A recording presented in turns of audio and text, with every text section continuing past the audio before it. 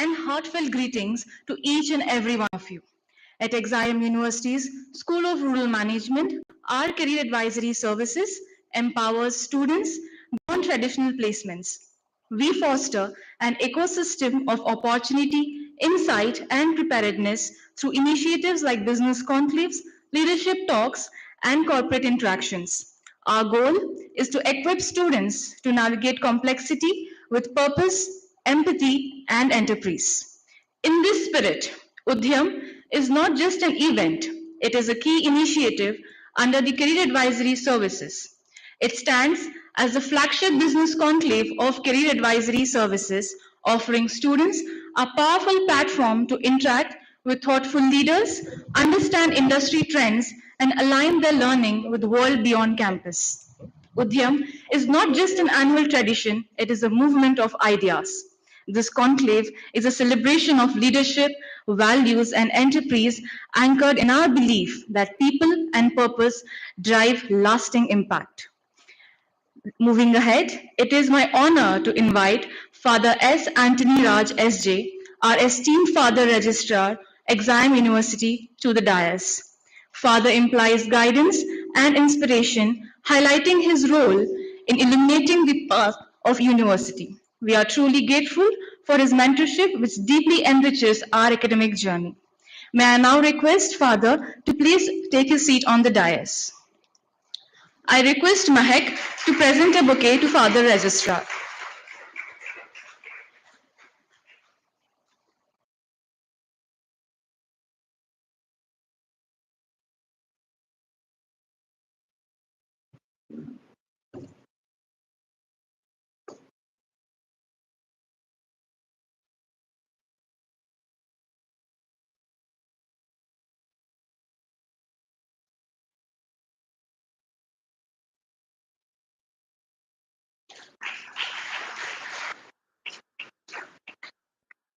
Thank you, Father. We are truly privileged to be in the presence of Professor Neeraj Kumar, Dean of School of Rural Management and Chairperson of Career Advisory Services at XIM University. His remarkable academic journey is a testament to his profound commitment to cultivating not just exceptional scholars, but transformative leaders who make real impact. Sir, your inspiring vision, dedicated mentorship, and relentless pursuit of academic and institutional excellence lights the way for all of us. May I now invite Sir to take his place on the dais. I request Mahek to present Sir with a bouquet.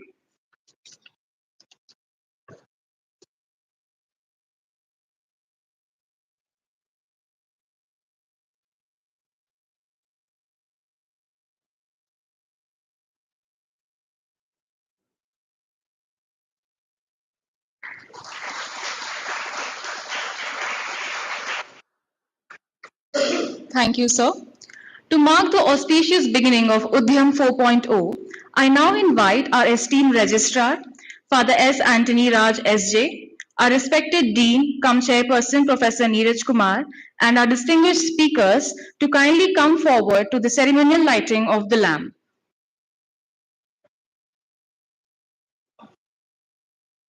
May I request the audience to kindly rise.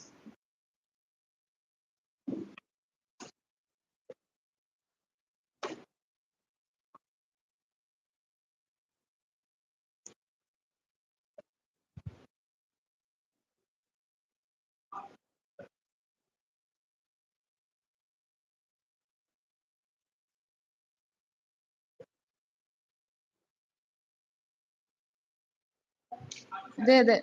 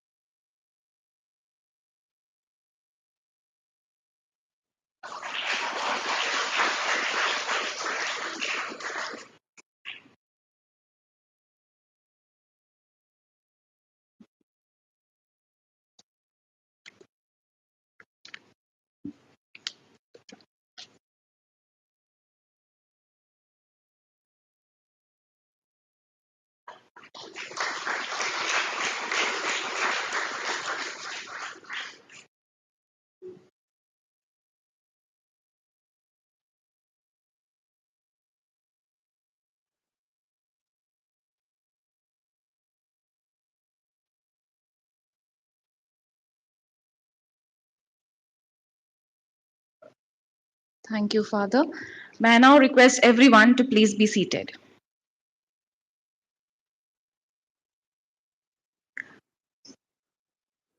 Moving ahead, I request Professor Neeraj Kumar sir to kindly share his thoughts and insights about the event.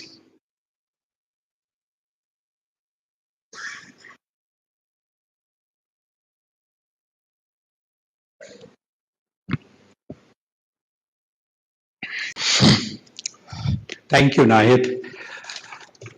Good morning to everyone. Respected Father Register, my invited speakers, my faculty colleagues, and my dear students. When I stand in front of you to talk about Udhyam 4.0, I'm very happy and I'm a bit emotional because this sets the first major event which our School of Rural Management is going to organize. First of all, without any this thing, I thank the entire CAS team for this to taking this lead and have the first very event to do this. I was not knowing it when I just entered in this room. Then I saw some board like this particularly board over here for the first time. And this is what, if the CAS team members, I was seeing this, no, when I'm speaking, I should be on full screen. Is it possible or not? I was just discussing this with them. And when I came and I saw that it has been made possible, then I was very happy. And when I went inside, the father taught that the School of Rural Management is the first one to use this. I was happier to do this. So thank you very much. This is a wonderful addition. Uh, Coming back to this is Udhyam. Udhyam is a platform where we get an opportunity to interact, where energy interacts with experience, where youth interacts with adult, and where the present interacts with future. And that's the wonderful thing about the Udhyam is. This provides you an opportunity to one-on-one interaction with the people who have already contributed in their respective fields. This is not that it is just an experience, but these people have seen the changing world. And this time, when I see the list of speakers, I tell you that these are the people who have been able to navigate the very fast changing, the corporation's culture, which probably might have come because of the technology and off late because of the AI. This is certainly going to pose a lot of challenge to the generation which is going to do and going to manage the corporation in days and years to come. So friends, you are at the intersection of the change which is going to take place. And you are fortunate that you are going to have an opportunity to meet these speakers and take the benefit, the full benefit, which you can take it over there as well. Secondly, to those speakers, I would like to tell you this. This is an opportunity to welcome all of you over here. My dear speakers, I must tell you this. These are the students who have been selected from the thousands, and they have been going through a training, particularly for the second year students, to become leaders who I call it personally the change makers. But at the same time, you're going to get an opportunity to meet the new joiners of the School of Rural Management, new members of the family of the School of Rural Management, whom I see passion in their eyes, and I see they have the earnings for the real learning, which will make them the future change makers. So I'm sure your interaction will going to be very fruitful. And at the same time, I will also request you to kindly engage them as much as possible, because I know there would be, these are the not even 1 month for the first year students. So there would be an internal hesitation to come forward. So I will request both of you, that the speakers and even dear students, don't be hesitant. This is the platform exactly meant for that, that break anything which you feel comes into be, interact with the professionals, interact with your mentors, and interact with the people who can be instrumental in making your future easier and the brighter. In the end, I must tell you this is an organization such event. Although it's the one day event and followed by some activity which we are going to do tomorrow, it's not a simple thing to do it. It takes a lot of work. And I must thank the entire CAS team, the second year students who have been cooperating, and the first year students who are already playing there to making it possible. I know because of your work, your participation, and your help, this program would be successful. This is not a vote of thanks, but it is my duty to must tell you this, that we have been getting utmost support from the Father Registrar. I tell you this, I always tell him, and as soon as I tell him, you will look at his face and he will smile. I have never seen my mail where he has not written approved. Sarita was saying this, that's the pointage. So such a great support I write. I simply write and I get it approved over there. Father, we are really happy to have this. That's the point, that's the support. And I think that if such support we continue, we will be able to bring many such events in front of you, for our students, and for the external world to look about over here. Once again, I welcome my invited guests. I welcome my faculty colleagues. I know their participation will make it much more meaningful, because learning from the industry is something which gives us food for thought. That we should also list this, that how the industry is going on, we will be able to do it over there. And in the last, I welcome all the Maya students. Make it sure that this particular day becomes fruitful, meaningful, and memorable for you. So welcome to all of you. Thank you very much. May God bless all of us. Thank you.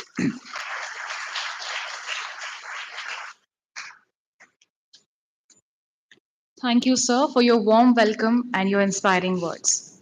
May I now request Father Registrar to present us with his inaugural note and share his blessings with us.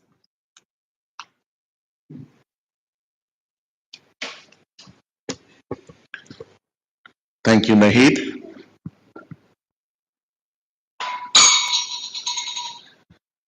Respected Professor Neeraj Kumar, the Dean of the School of Rural Management and the Chairperson, Career Advisory Services, School of Rural Management. Respected speakers of the day, welcome back, Anjan. Anjan is our alum and the former General Secretary of the Student Executive Council in the Chandrasekharpur campus. We also welcome Mr. Veeraswamy from ITC, respected faculty colleagues, invited guests, and my dear students. First of all, thank you for having me with you this morning. And School of Rural Management has been a leader within XIMB earlier and now in XIM University. Soon after the business management was begun, School of Rural Management came into existence first as a certificate course, then diploma, then later on grew to be what it is now. So it has a history. And soon, as I said, after the business management course, the rural management is the flagship school. And you are holding the very first event of this academic year. Congratulations to you, and especially to the Career Advisory Services, starting with Professor Neeraj Kumar, Sarita Das, the CAS officer, and Sheikh Nahid, the student coordinator, all the core committee members, all the shadow members. So congratulations to you on putting such effort to organize it within 2 weeks of your coming here. And that shows the energy, that shows the initiative, that shows the standards that the school has as it is. And I'm sure the present batch will grow from strength to strength. Because just recently I was telling, School of Rural Management used to be the first one to have the dole party, and I'm waiting for it. You know, the first to be placed among all the schools, and I'm waiting this year.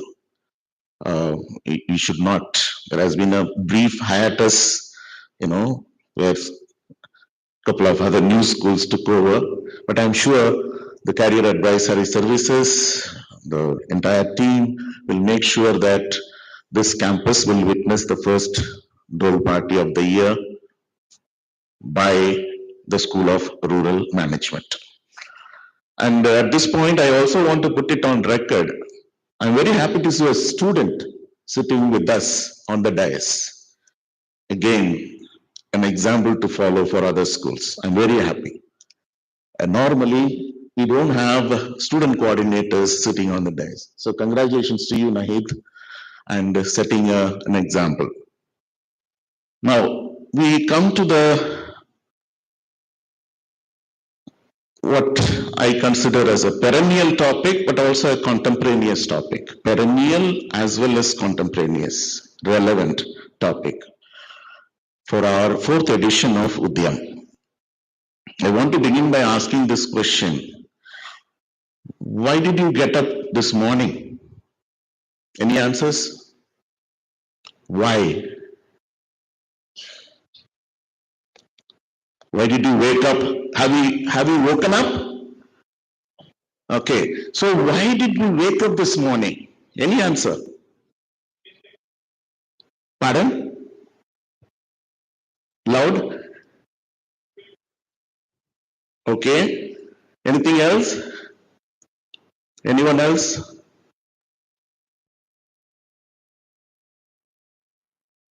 Yes. To do something new. Today is another day, right? So tomorrow is another day. That's what they say. Today is another day. Yeah. Then anyone else? One more. Bring dreams to reality. Okay. So you wake up from a dream at night and then it is morning to make the dreams a reality. Great. Early on in my life, I read this book, A Reason to Live, A Reason to Die. Purpose. Why? The American psychologist Richard Hackman, when he talks about the 5 factors of team effectiveness, he talks about having a real team, one with clear boundaries, stable membership, with that which comes within a real team. Second, a compelling direction. Third, an enabling structure.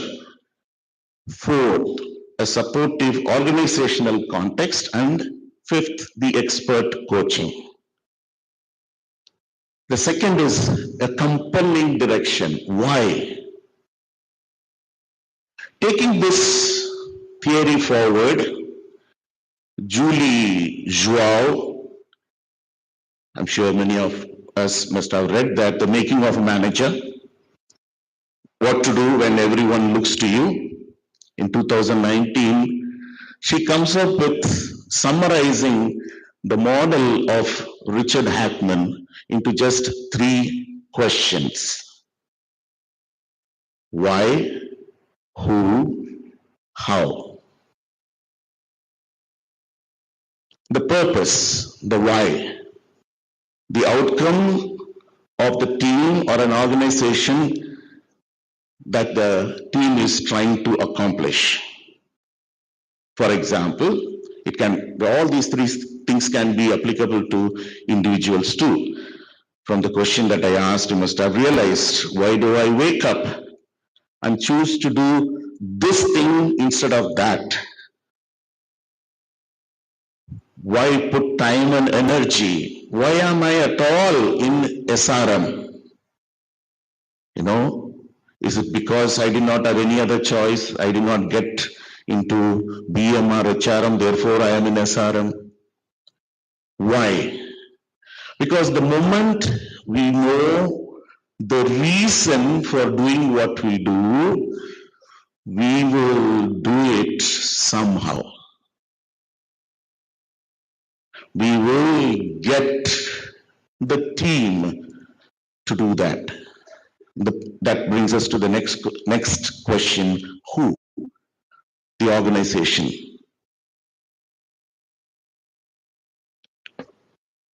And the third, of course, is the process. And thus, the purpose drives commitment. The people, the organization, the team determines the process effectiveness, how good is my team, and the processes guide people toward the objectives that were set in the why. I was very happy to see the platter that we have today. I'm very impressed the way you have chosen various speakers. We have Anjan from Falcon Group, a group that is very well known in Odisha, flag bearers, marine exports, but now diversifying into various things. So he is going to come with the experience that he has, having done studies in management, now working very closely with the president of the group. We have later Avinash Samal, from IT, the TCS, busy with the business solutions. We have Mr. Veeraswamy from ITC with their own 6 business verticals, but his expertise in agribusiness. So he's going to come with his offering from the HR perspective in agribusiness. We will have Manoj Karb from GT Grant Thornton Audit Tax Advisory Firm. And we will also have Yashwini Chauhan from Reckitt, which mainly deals with health, hygiene, and nutritional products. So you have an array, you have a bouquet. All I want is every student, every one of you to take the optimum effort to make this day successful. And I'm sure you will do it. Full participation, conscious participation, because I always believe that such events you are going to gain more learning than what you gain from your classrooms. As it is, you're going to learn a lot from RLLE. I'm sure all of you have done the RLLE will recognize that how what you learn in the classroom is lived out, tested and tried, corrected, challenged. And this particular day, the very first flagship event of your school and in the entire university, is going to be a huge learning curve. God bless us all. Thank you.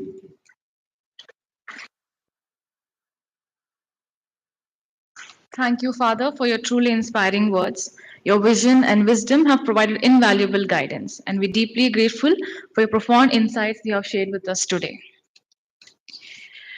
Thank you all for being a part of the inaugural session of Udhyam 4.0. We extend our heartfelt gratitude to our esteemed speakers, the faculties, and the dignitaries gracing the occasion with their presence and insights. As we now look forward to the sessions ahead, we are confident that the interactions with our distinguished speakers will be thought provoking and deeply enrich the students of MBA Rural Management, for whom this conclave is both a learning ground and a leadership experience. Once again, thank you all for being here and making this moment special. I now request the dignitaries, esteemed speakers on the dais to kindly proceed to the green room for a brief high tea break, following which the next sessions will commence. Thank you all.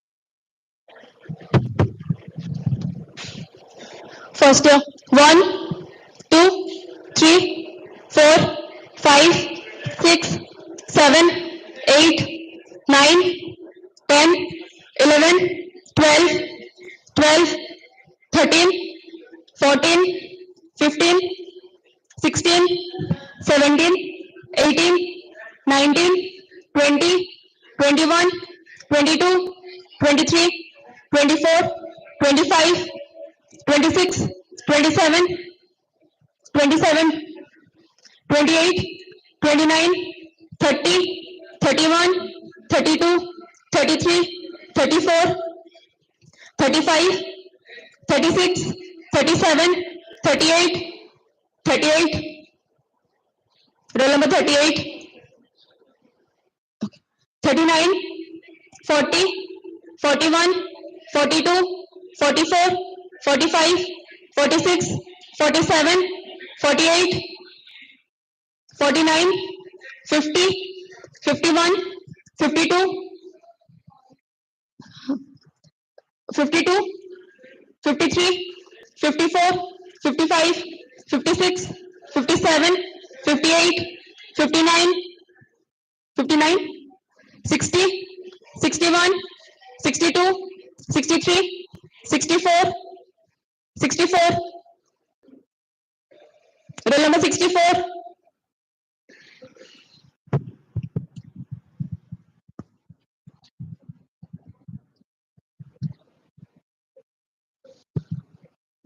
65, 67, 68, 69, 70, 71, 72, 73, 74, 75, 76,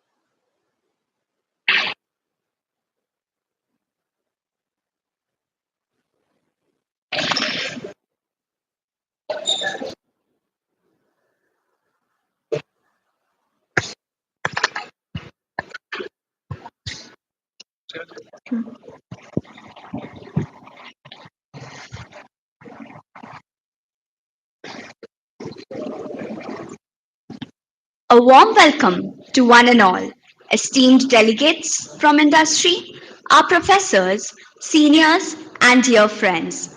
I, Nikita, And I, Anish, on behalf of School of Rural Management and the Career Advisory Services at XIM University, are delighted to welcome you to Udhyam 4.0, our flagship business conclave. the sessions ahead promise to spark meaningful conversations, encourage thoughtful reflection, and open doors to ideas that carry value well beyond today's gathering. We begin with Mr. Anjan Mohanty, Executive Assistant to the Chairman at Falcon Marine Exports Limited, one of India's leading seafood exporters, an alum of Exam University and a mechanical engineering graduate from ITER Bhubaneswar. Mr. Mohanty brings a unique blend.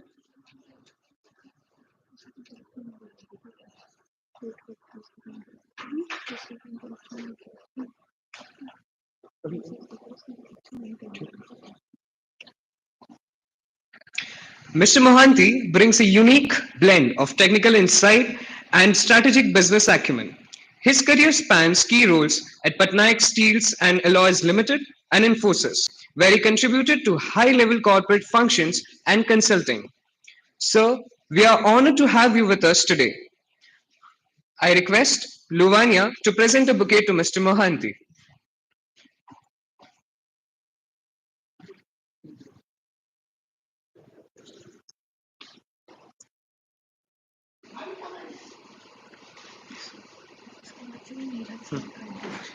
मेरे अभी दे दो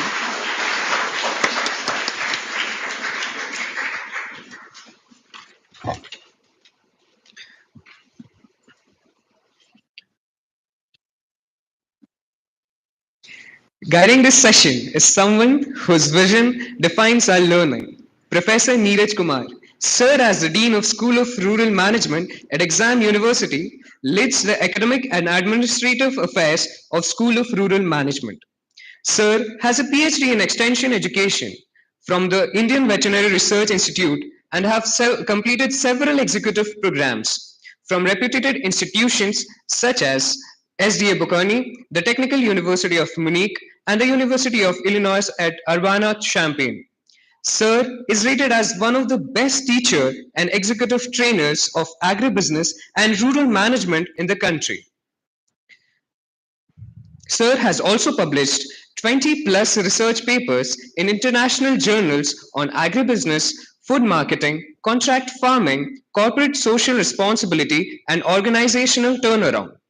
Now, I request Neeraj Kumar sir to kindly commence the session. Sir, please.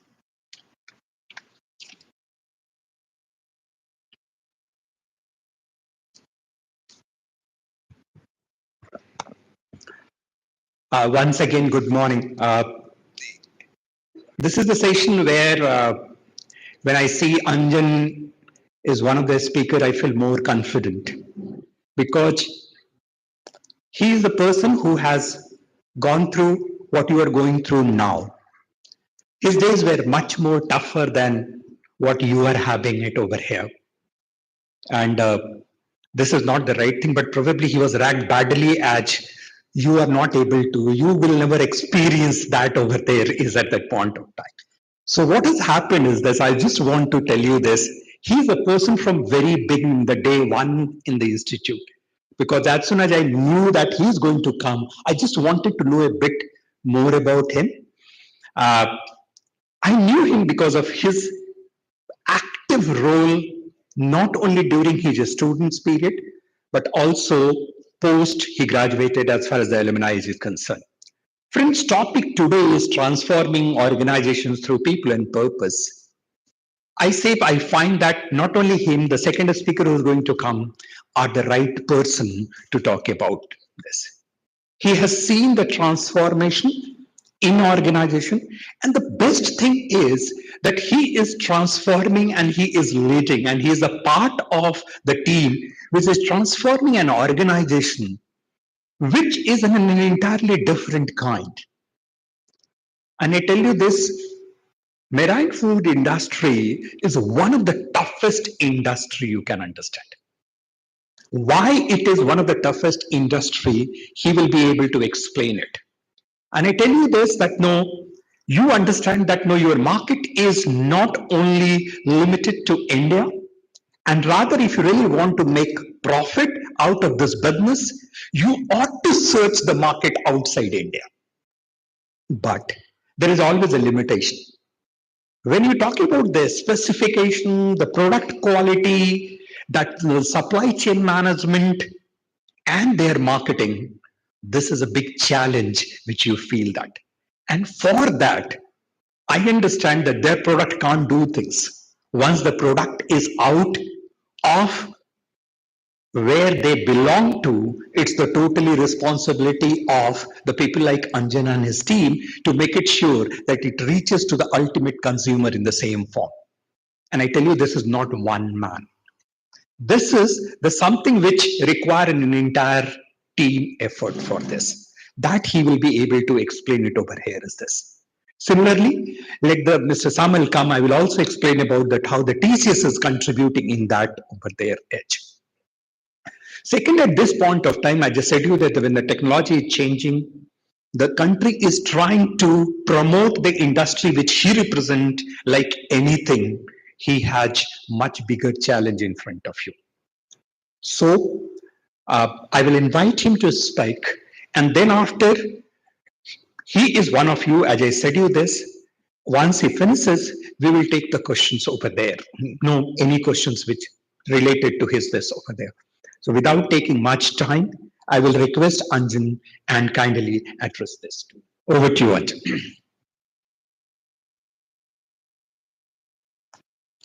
Thank you so much, sir.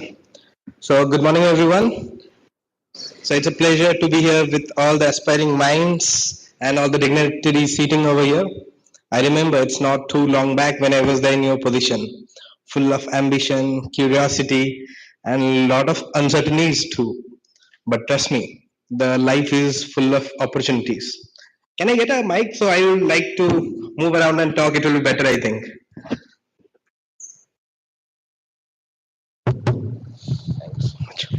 So now when everyone is talking about AI, automation, flying vehicles, cars, metaverses, what's the basic thing is people are forgetting or maybe they are ignoring right now is people and the purpose. The people starts from let it be farmers, the one who are into the industries, the workers, the blue collar workers, everyone. When we talk about purpose, I can move, right? So when you talk about purpose, the purpose of everyone differs. Let it be starting from the farmers. If farmers stop cultivating, what the people of with working with AI they will do. So everything depends on those peoples. Can we have the slides that are present? The slides. So I will just giving you two. Like I do not have much to speak. I have two short stories. So I have two short stories. One is my life journey since college days, and two is the company I'm working with. So transforming lives through people and purpose. It's not only thing that I admire, but I have got the privilege to live that life. So impact is not only created with technology. That's how you cultivate inside a person. So let me brief something about my company first. So Falcon Marine is a 40 years old company that deals in shrimp exports.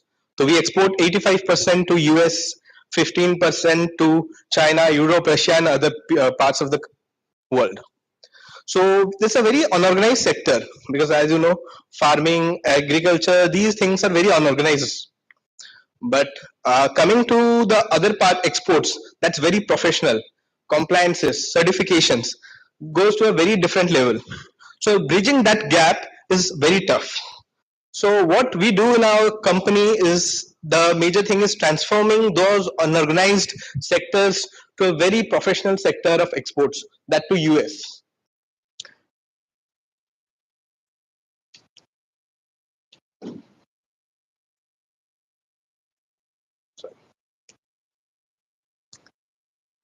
So what we are beyond the exports volume, the number, the current. So since 1983, we started with contract farming. I would like to quote our chairman who envisioned, like I need not go for business, but I want to transform people since then. So he went into contract farming. So you people must be versed with what is contract farming, how it is done, and so we almost have a 5,000 contract farmers and the families with us, whom we would finance completely with seed, feed, all the technical support for their cultivation. So that we wanted to encourage the coastal livelihoods. So with them, we wanted to make them as entrepreneurs, not to work for us. That's the reason we only financed them.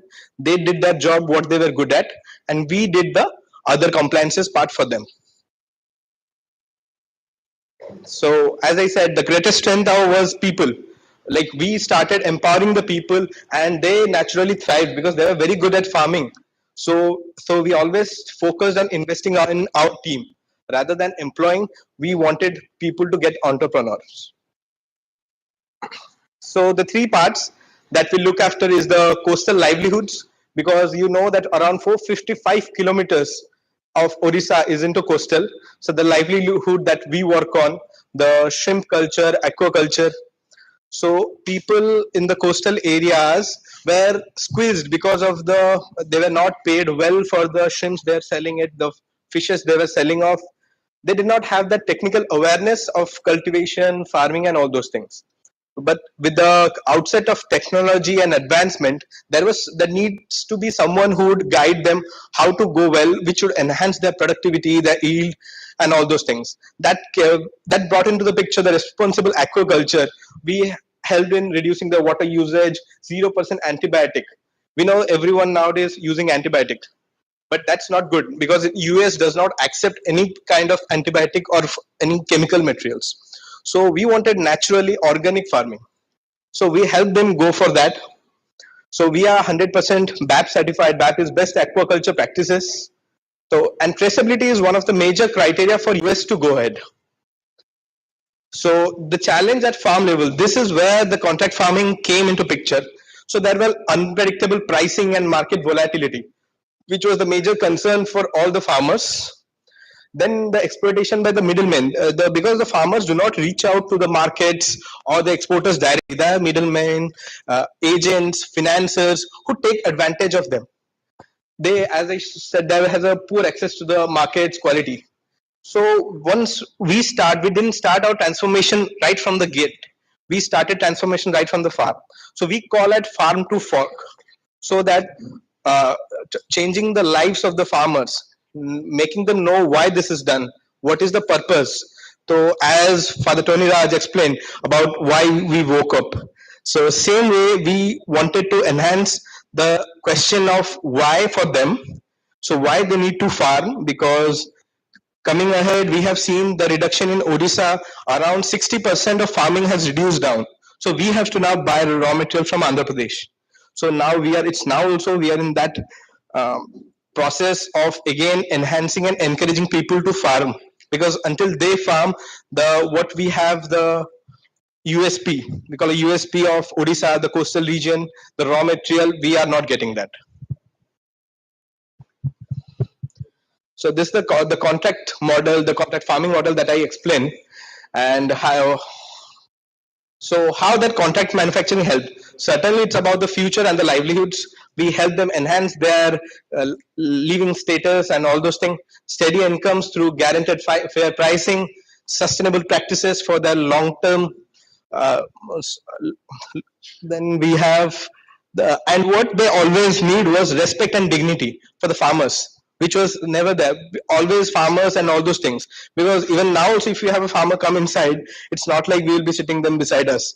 There has been a white collar and blue collar discrimination always. So if we do not give them that respect level, and this is a part of understanding how the transformation of organization happens from people. So if we do not respect every individual with their dignity of their work, so we cannot move ahead. So inside we have around 3,000 workers, blue collar workers who are working with us. So we deal with them as our colleagues. We train them in every possible way, not only in their skills what they're working, but their soft skills, intellectual level, and the most importantly, we explain why they have to do this. Because we have such a big factory, we have a turnover of around 2,500 crores for only marine exports, but we completely depend on these workers. So at the end of the day, people who matters. Raw material, we cannot do anything with only just the raw material or the machines. We have machines, all state of art facility machine, but nothing works unless these blue collar workers are with us. So we always, for that, US is also too much concerned. They have their social audits, like how you're keeping your workers, because they also give that emphasis on the people, how you're keeping your people, how you're working with us. So this is like for the future leaders like you, rural management I consider is something that is need of the hour, because everyone is talking about AI, the automation and all those things, leaving aside the basic knowledge of agriculture, agribusiness, community development. So you people are the bridge who have to bridge the gap between this unorganized sector and organized sector. So it's very difficult, I know, for you, because until and unless there is a shake of hands between the one with the suit and one with the torn towel, so then only how the industry will thrive. Let it be any industry, the greatest asset will always be people. So now coming to my college day stories. So when I were in XIMB, when I joined XIMB just after my bachelor's, I didn't have a work ex. So I was always talking to everyone, since starting from the security guard to the VC also. So in the first year. So till I reached my second year, everyone knew me by my name. Let it be a security guard, the cook, chef, everyone, for whatever reason, because we believed, even our batch students, we had a good connect. As told, we have been ragged a lot, but to you are maybe not facing 1% of that, but we tried to enhance that, because we had a purpose behind that ragging. We got to know, like, there are certain, the first 3 days, so there are certain reason why they do that. So we got to know at the end of the session in our college why that was done. But when I became the general secretary, so we thought that let people know why this is being done, so that it will be easier for them. Because unless they know, they think that they're ragging us. Because MBA is nothing but pressure management, how you handle criticism, how you manage your time. These three things are the pillars of MBA. So when during our time we tried to reduce, there was this 3 days event. I think this is a non-official. I should not quote it here. So the 3 day events that take place, that happens for a reason. That's just prepping you up for the 2 years program or the corporate, because corporate is never easy. It's a hell, I'll tell you. I have been working for the last 5 years, but I can relate to you, so I can tell you the truth. So this MBA 2 years, it will be very hectic, but this is just prepping you up for the future. So we told that why this was done. We are just prepping, and the end of the third day we have a competition between the blocks. So we tried to. So we got a lot much enthusiasm from the students. What we were ragged, they enjoyed that, because they knew why this is being done.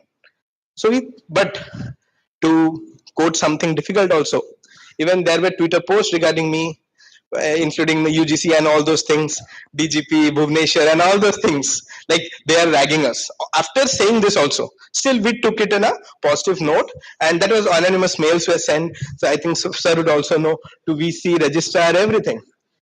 So these are parts and parcel of life. But as that was anonymous mail, so I also had a conflict between register, VC, and Dean called me and asked up. I told, do you have any proofs? They didn't. So anonymous mails. So there will be certain cases where you do not have an answer to anything. You do not, because I cannot answer them why. But I know that I did something better. I let them know why we are doing this. But out of 100, you cannot make everyone happy. Even God can't. So you are people after all. So there will be people who will always have problems with you. So, but we worked for the other people who were happy and enjoyed that. Because later on, the end of that day, I got to know that first year students were very angry about the one who has done that mail.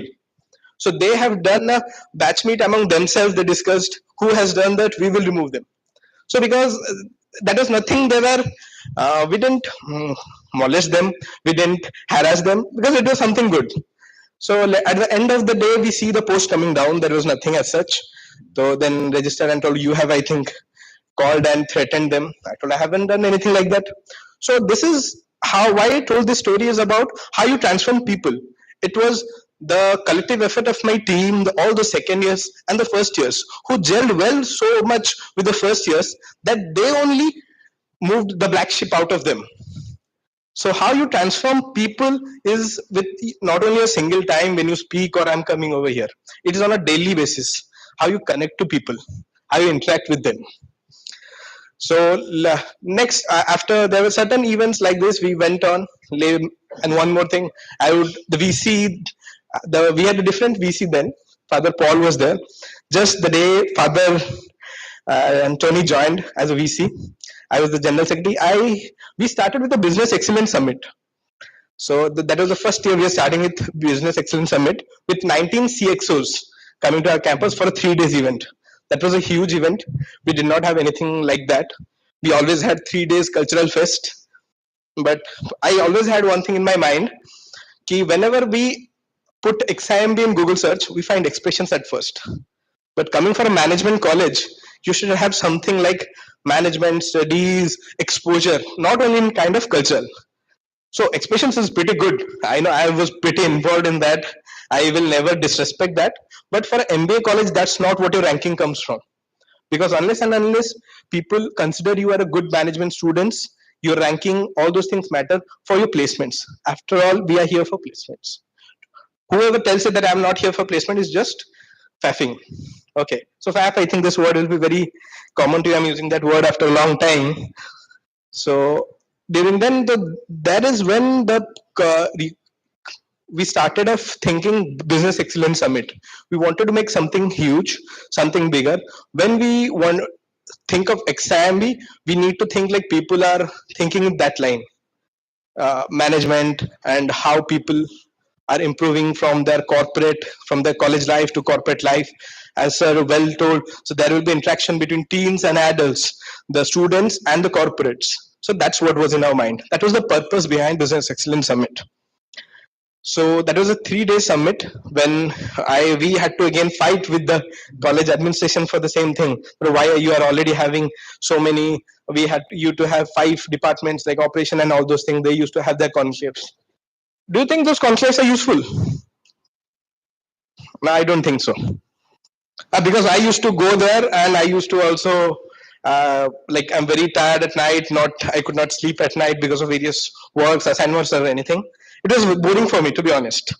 So every Sunday, I don't know about you, for BM, like there are 5 departments. We used to have 5 conclaves at the first year. So every Sunday there will be a conclave. Go shave, sit there. It was not a good task for us. So we wanted to combine all of them in a single unit, because if something that is redundant will always be boring. If we do not put any such events, and we wanted a 3 day event to have all the conclaves together, so that there will be a 3 days event, so people will look forward to it. They will want something, to know from there earlier. But every Sunday, if you have same old people coming and discussing, you will not be interested. So that was the purpose behind it. So, but again, there was too many of restrictions, and people also restrained. There were coordinators from different committees. They told, no, we have our originality, we do not want to lose them.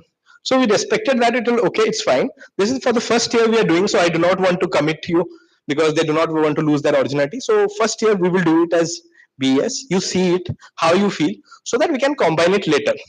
Even there were problems from the management side and all those things. But to be honest, it was a very good hit.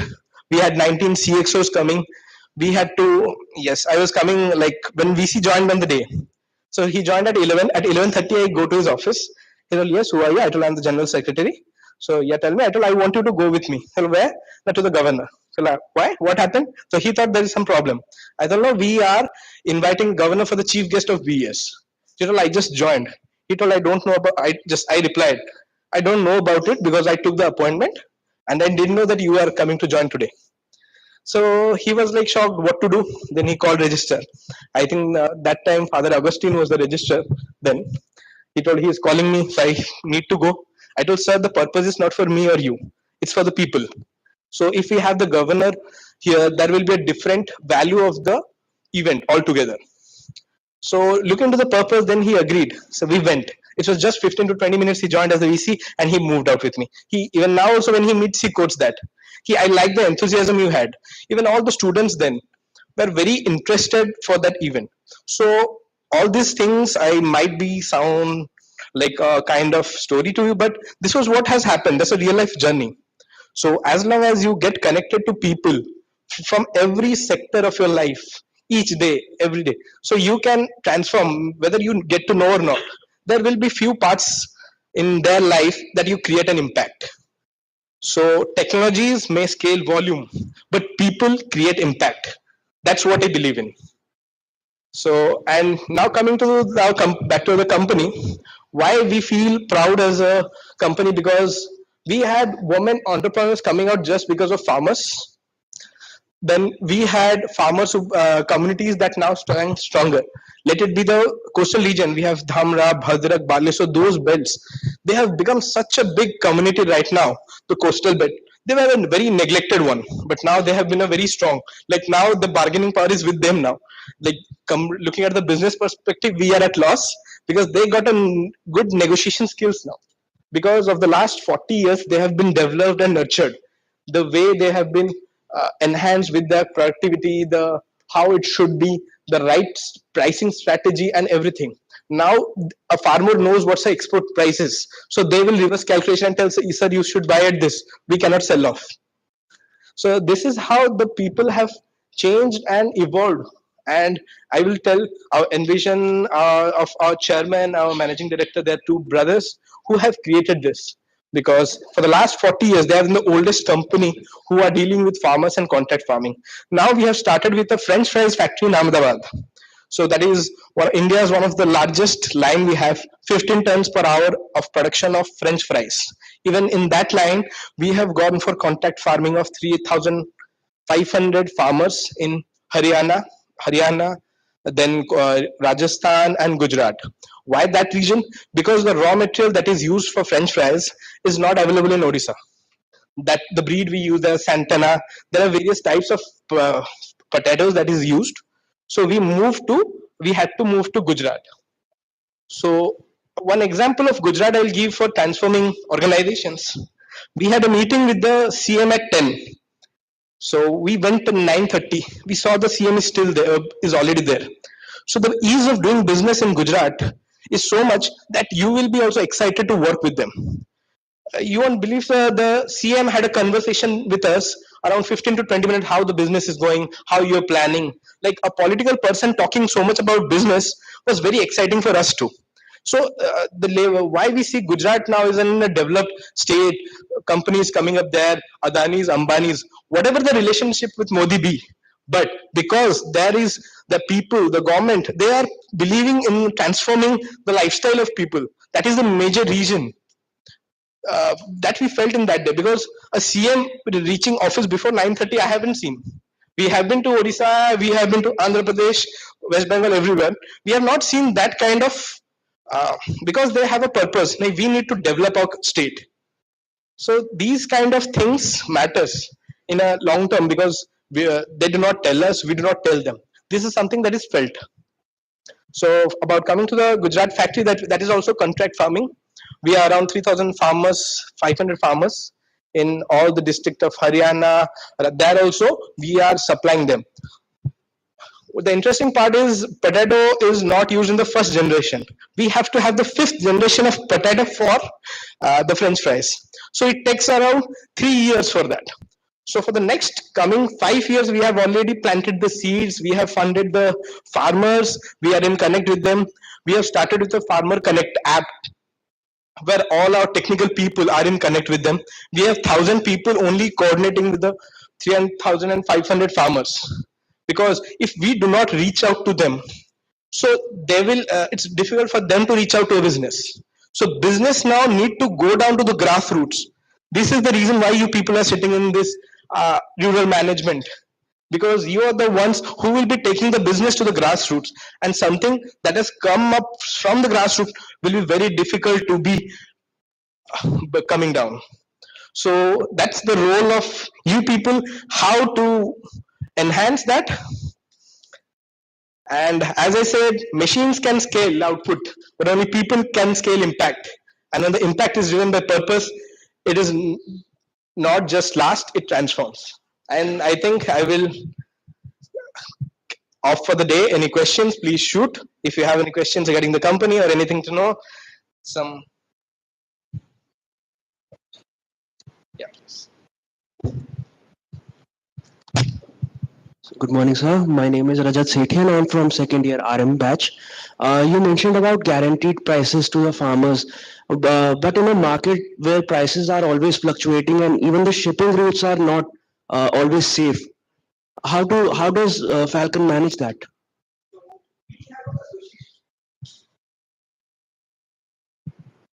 We have an association, seafood association, that frames a rate, minimum rate. So currently, like, because now the shrimp season is around 3 months in Odisha right now. So earlier we were getting around 8 to 9 months of uh, time for the raw material, but nowadays because of the reduction in the farming, because of the climatic changes and all those things, we only get 3 months of material in a good number. So now that had stopped. Currently, the association price considering for a 100 count material is 200. So now we have to pay 40 rupees more than that.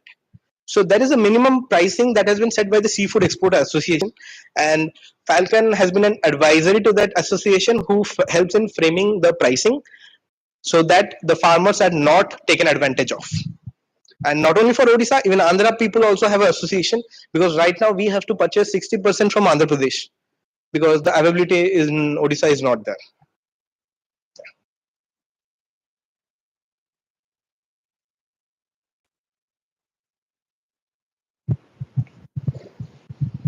Good morning, sir. My name is Shobhit Das from second year.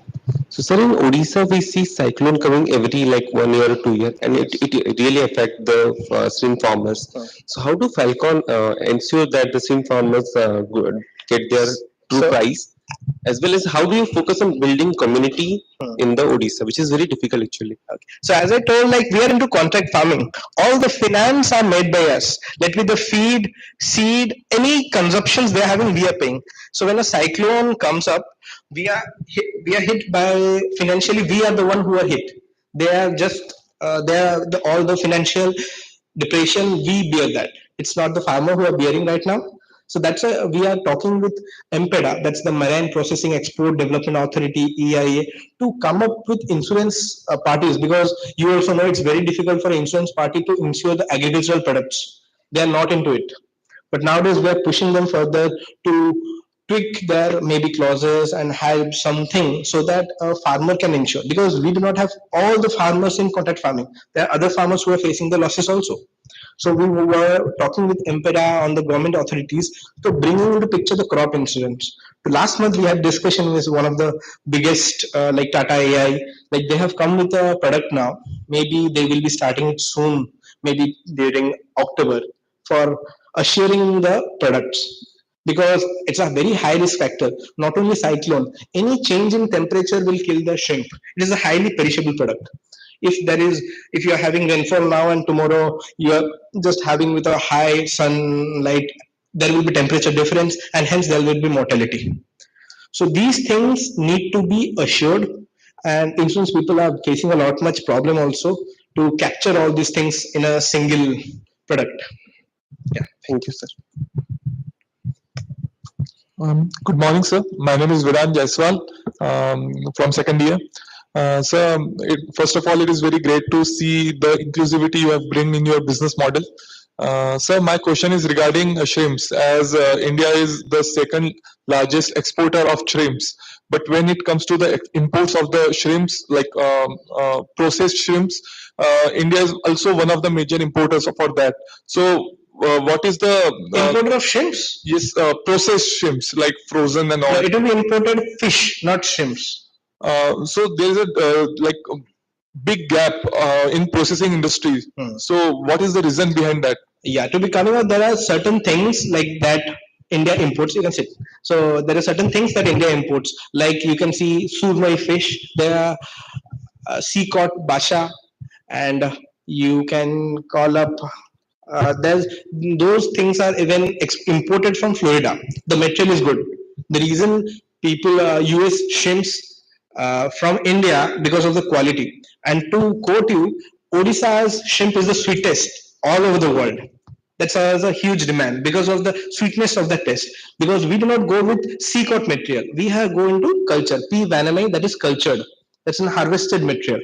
So that taste is well known in the world. So that like there are certain products that do not come up in India or the coastal regions. They are very small, like in borders of Andhra Pradesh and West Bengal, you will find those kind of sea bass or anything. So, but the consumption is even more than the production. So we import those things. But shrimps, I think you need to check your figures. Shrimp we do not import, we export completely, because now Trump coming up with the unilateral tariffs and all those things have created a big impact. But still, we are expecting that there will be some good changes. We are hearing that there will be sectoral tariffs. Maybe for seafood, we do not have much tariff, but other things we may. So that will be a good reason for us also, because China is like a middleman. It takes head on. There are shrimps. If I go on explaining a shrimp, once a live shrimp is coming, it is a head on with the head. They just take, we just remove the headless and we move to China. They reprocess it and sell it back. So just like iron ore, we just take out the iron ore, we make the sponge iron and we sell it off. There is someone who makes TMT and sells back to us. So what China is doing is also same thing in shrimp. So that's why we are moving into value addition. We have other products like PD, Telon, the shrimps that we are eating. Let you having butter garlic prawn in a restaurant. We are supplying directly to the restaurants of US through Costco, Walmart, and Cisco. So if the question you asked about importing shrimps, so I will say it is not. We are exporting shrimps to all the level, and we are trying to go on the value addition till the level of breaded. You are eating a barley prawn. We are planning of putting up a factory for breaded products that we can sell off. But US uses a specific amount of specific style of product with their cooked prawns. We also do cooked prawns. They want a specific cocktail that is again imported. So that will be imported, and we'll sell that as a bouquet with them. Good morning, sir. My name is Raj and I'm from second year. So my question is how Falcon is diversifying its export market or supply chain strategy in light of increasing geopolitical instability such as Ukraine war or Red Sea crisis? Okay. So for the supply chain, there are two things. First is the supply chain of raw material or for the finished good. What you're talking about? Anything specific? Both. So for the supply chain of the raw material, because we have a 40 years base, we have very strong base of raw material. Even in Andhra Pradesh, people are keen to supply to Falcon because of the payment strategy. Because we paid as soon as the material reaches us, we paid.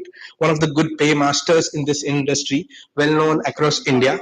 So we have been the we are the first, even the biggest for Asia for the consecutively 4 years also. So supply chain in raw material is never a problem for us. And about the finished good products, due to the Red Sea crisis and all those things, the freight increases, the container availability reduces. We have to cope up with that because that's not in our control. We are also talking with government to start with our Paradip port as soon as, because now they have started with the Paradip port, but the availability of mother container is not there. So we are pushing up government to talk with the bigger liners so that we can have big containers here, which will reduce our cost. We can also, it will be easier for us. The time management will be better. So now we have to take it to either Vizag port. We have a factory in Bhubaneswar. From that, we put to Vizag port and the material is shipped. And for the factory in Baleswar, we have to move to Kolkata port. Although having Paradip port, one of the very biggest port in Odisha, it's not being used.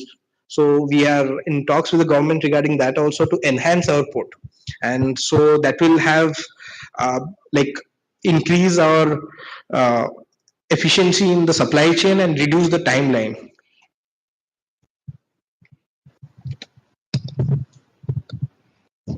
Yes, please.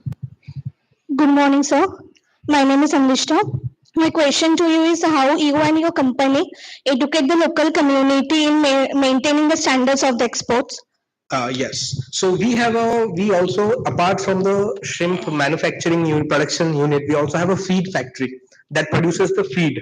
Uh, Earlier till 2016, we used to trade off feed. We used to supply them finance. But since 2017, we have started our own feed manufacturing company also. We supply them. Apart with that, we have a complete technical team. With everywhere we give feed, we give them a technical person. So they are either BFSC fisheries, MSc fisheries. As per the experience, they guide them completely. So this is around a 90 to 120 days cycle. For that complete season, the technical person guides them throughout the quality of water, the day basis parameters. Even we at our quality department, we have a very big and robust quality mechanism system. So they monitor the day basis parameters of all the ponds, so that they can know whether this pond is they're going to have the mortality or anything else. So the technical person guide them at that level, and a quality person from our lab guides them from the perspective of testing and all those things. Good morning, sir. My name is Shekhar, and I'm from second year. So your journey in and from XIM to corporate Falcon has been truly inspiring, and we have got a lot of things to learn.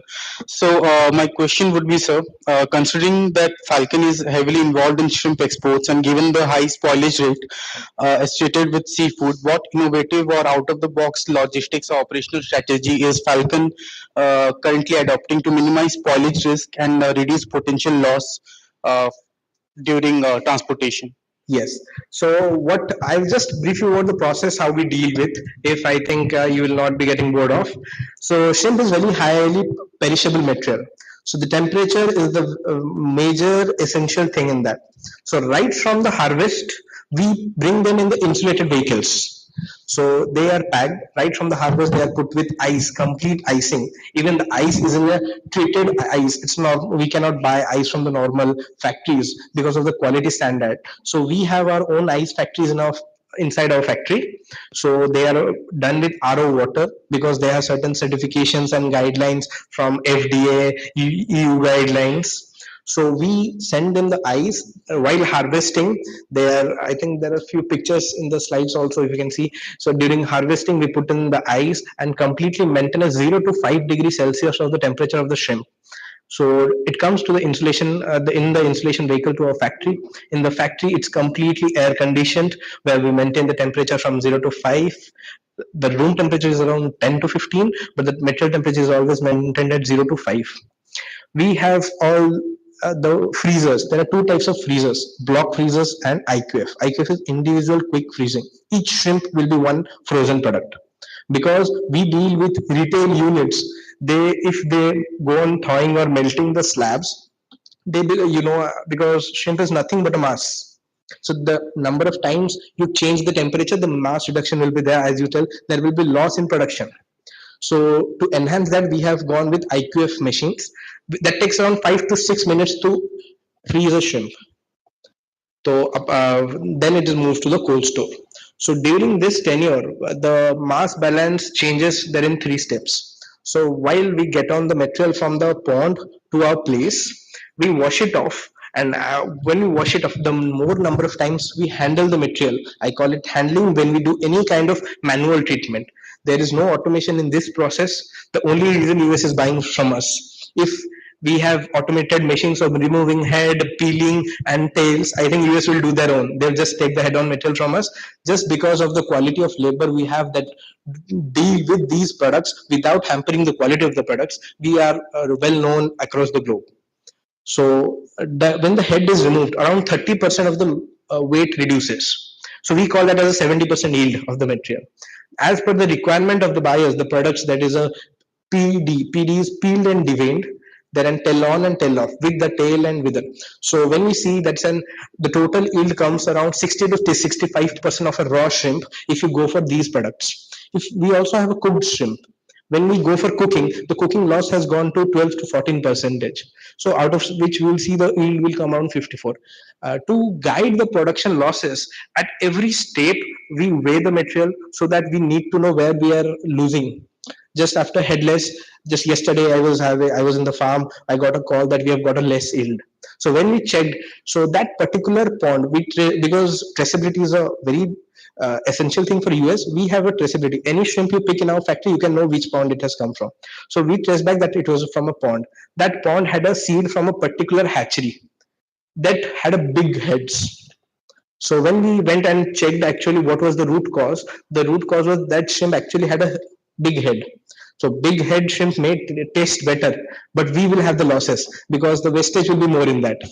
So there are certain, so to ensure that the wastage of intentional wastage is less, we weigh them at each level at maintaining the temperature. Good morning, sir. I'm Siddharth from the batch of 24-26. So as we progress further, we have observed that digital penetration has reached a lot of levels in the rural India. However, actual literacy remains a concern. So how does Falcon design tech-enabled solutions that are actually accessible, inclusive, and not alienating in nature? Yes. When we come to literacy, it's about what do you mean by literacy? But what we just telling. So what do we mean by literacy? So literacy for the farmers is about the product, what they are farming. As I told, we have a technical team throughout their cultivation period with them to guide them. So I think we guide them for one season, two season. For the third season, they are well equipped. They know what to do. And coming far with the technology of mobile and all those things, and everything is there just in their tips of their finger. So that's not a big deal now, which was a problem for a company 40 years back. Now they are well equipped. Even we are reducing the number of technical people because the farmers are now well equipped also. Um, Good morning, everyone. Good morning, sir. I'm Ayush Banerjee from the School of Rural Management, batch 2025-27. Actually, my question was related to the temperature only. As you have mentioned, shrimp has been exported mostly to the US and other parts of the world, where we know that Odisha has a different climate and US and other parts of the world have different climate. Does a different climate affect the shrimp in a bad way, or does it being frozen at all times helps it, like doesn't affect much? Yeah, with the quality. I could not get you.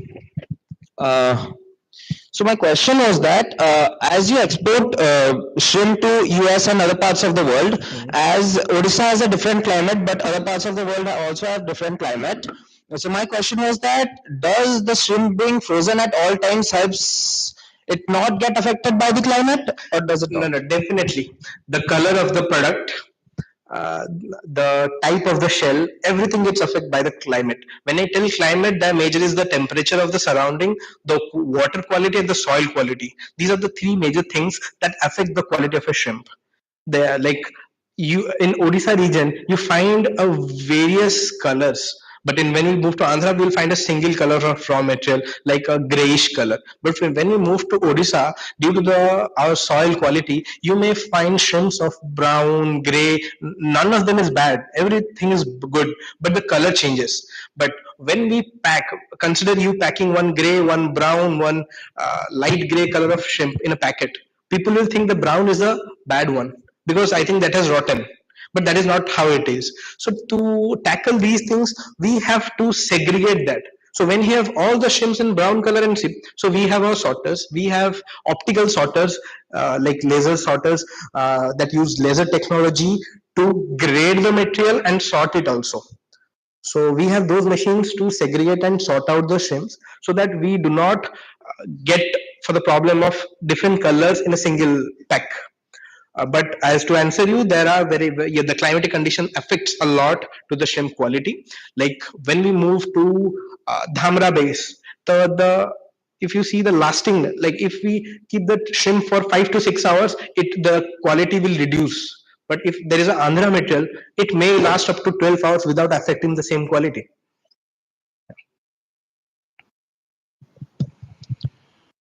Good morning, sir. My name is Yuni Thakkar from the batch of 2024-2026. My question is to you is that as your organization works in a very close proximity with the farmers in the tier 2 and the tier 3 cities, so what challenges or the barriers you faced while pulling up the resources for the farmers and throughout the process making them realize their ownership for the product they deliver? Yes, the major problem was accessibility because it is in the remote places where do we have the good coastal belts, the accessibility of infrastructure and electricity availability is a very big problem there. While we like normally if the farmers are farming there, they go by road, it's okay, but during the time of harvest even our vehicles cannot go to the ponds to bring that material.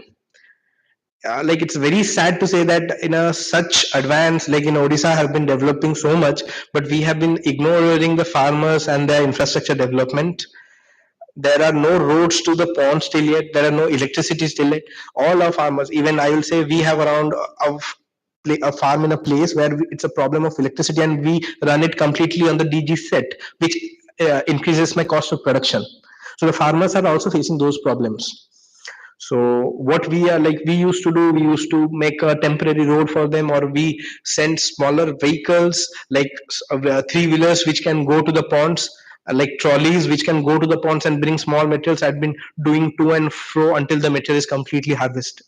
So these challenges are still there. I'm telling this openly. We have been reaching out to each platform to enhancing. Though we are improving, there are certain places the roads have been done, electricity have come, but yet we are yet to reach out to the 100% of the farmers now also.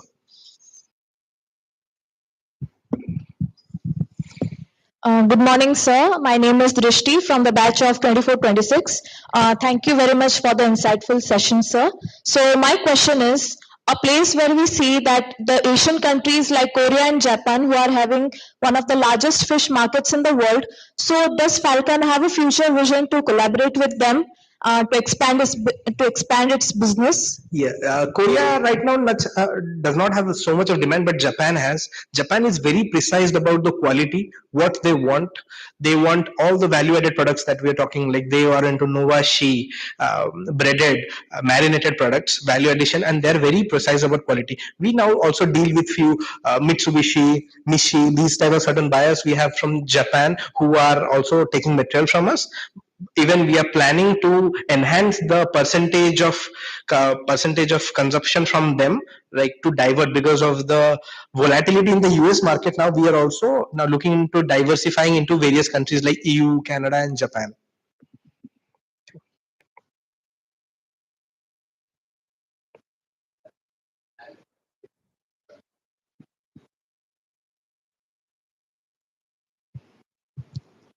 Good morning, sir. I am Gaurav Dwivedi from batch 2426. Sir, as you have told that your Falcon is doing contract farming for marine and now they have started for French fries. I want to know what are the different challenges that marine is facing as compared to the crop contract farming. Okay. So what are contract farming in our industry is facing by normal farmers? So as we talked about this being in a seismic area of getting affected by cyclones and all the natural calamities, the cost comes to us as a factory, because instead of the farmers, that if we go for a normal buying from the open market, that will be useful for us because we will not face this risk factors. This is one of the major challenges, and this is the natural calamity is not the only challenges. Disease nowadays, the white fecal, red virus, these are common diseases in shrimps. Even that affects, you have to sell the material in a very half prices, or even this affects usually from 0 to 40 days of a shrimp. 0 to 40 days, hardly the shrimp is around 2 to 3 grams, which do not have any value when you are selling it. Even in the domestic markets, very you will see it's sold at around 100 rupees, 120 rupees, those kind of shrimps.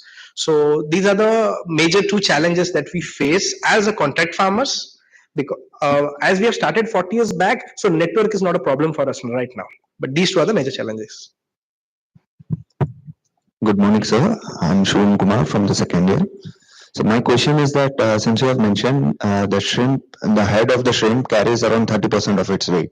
So what are the post-harvest losses or the post-harvest management that can we use the shrimp heads to any other purposes? Like can we use it for the pet foods, or can we use it as a dry shrimp powder, or like we can export it to countries like Korea and Japan where they are consuming shrimp in that way?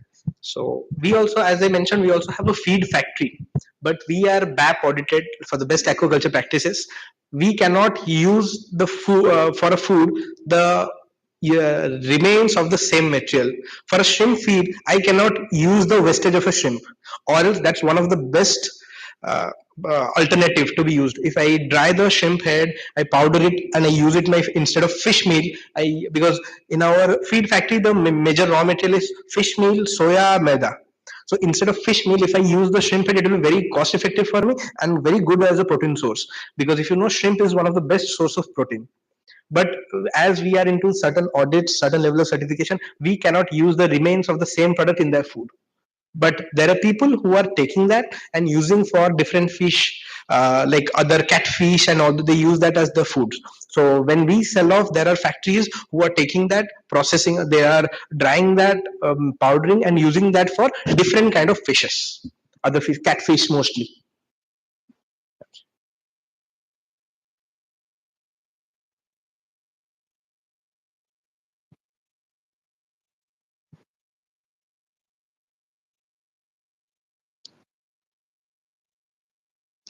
Yeah, please go on, it's audible. empowering farmers. You just now mentioned that there are places where there is no electricity. So is Falcon Group considering exploring the possibility of incorporation of IoT for quality assurance and smart contracting for better traceability? So when I talk about there is no electricity, isn't it difficult for IoT machines to be put up there? So first we are trying for the basic things, amenities they are looking after, and for IoT products, we are now not much into it, but we are using AI to analysis the pond parameters right now. We are working with Deloitte and PwC for the process optimization of the farming and analysis of the data reports, because now I will be getting reports of 1,000 farms. I will not be verifying it, but we are using AI to verify the parameters of like 1 month of my parameters of the ponds, like pH, salinity, and there are BOD, COD, and all those things. The analysis and give us the reports, and that we give to our technical team who are looking after the ponds. But IoT, I think this has some time to come into this farming field right now.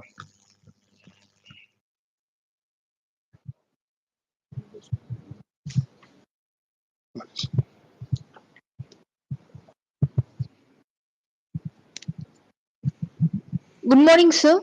I'm Saida Roshni from batch 2024-2026.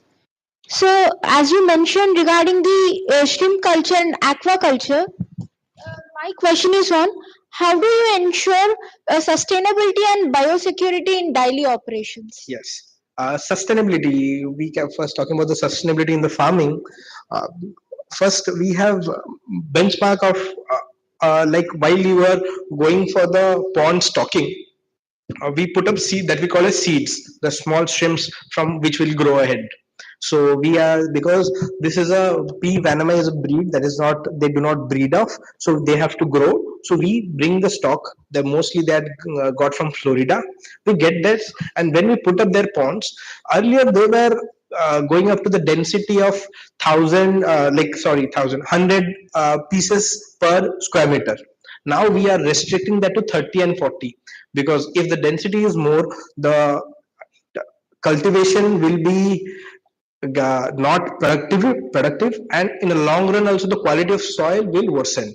So we are restricting in our ponds and our contact farms also to 30.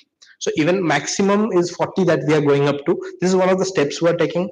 And we are stopping the use of antibiotic, which will also affect the quality of the soil and even the product. So you must have seen that we have reduced down to 30%, 35% of the water wastage in our cultivations, in our contract farming. These are three certain steps that we are going for the sustainability, looking forward in the sustainability development. And what was the next question you asked? The biosecurity. Yeah, for the biosecurity, I think we are yet to go, as he asked about IoT and all this stuff. Technologically, we are yet to go, but this level of protecting, we have, I think, bird fencings and all those things you must have, that's not visible normally in a cultivation.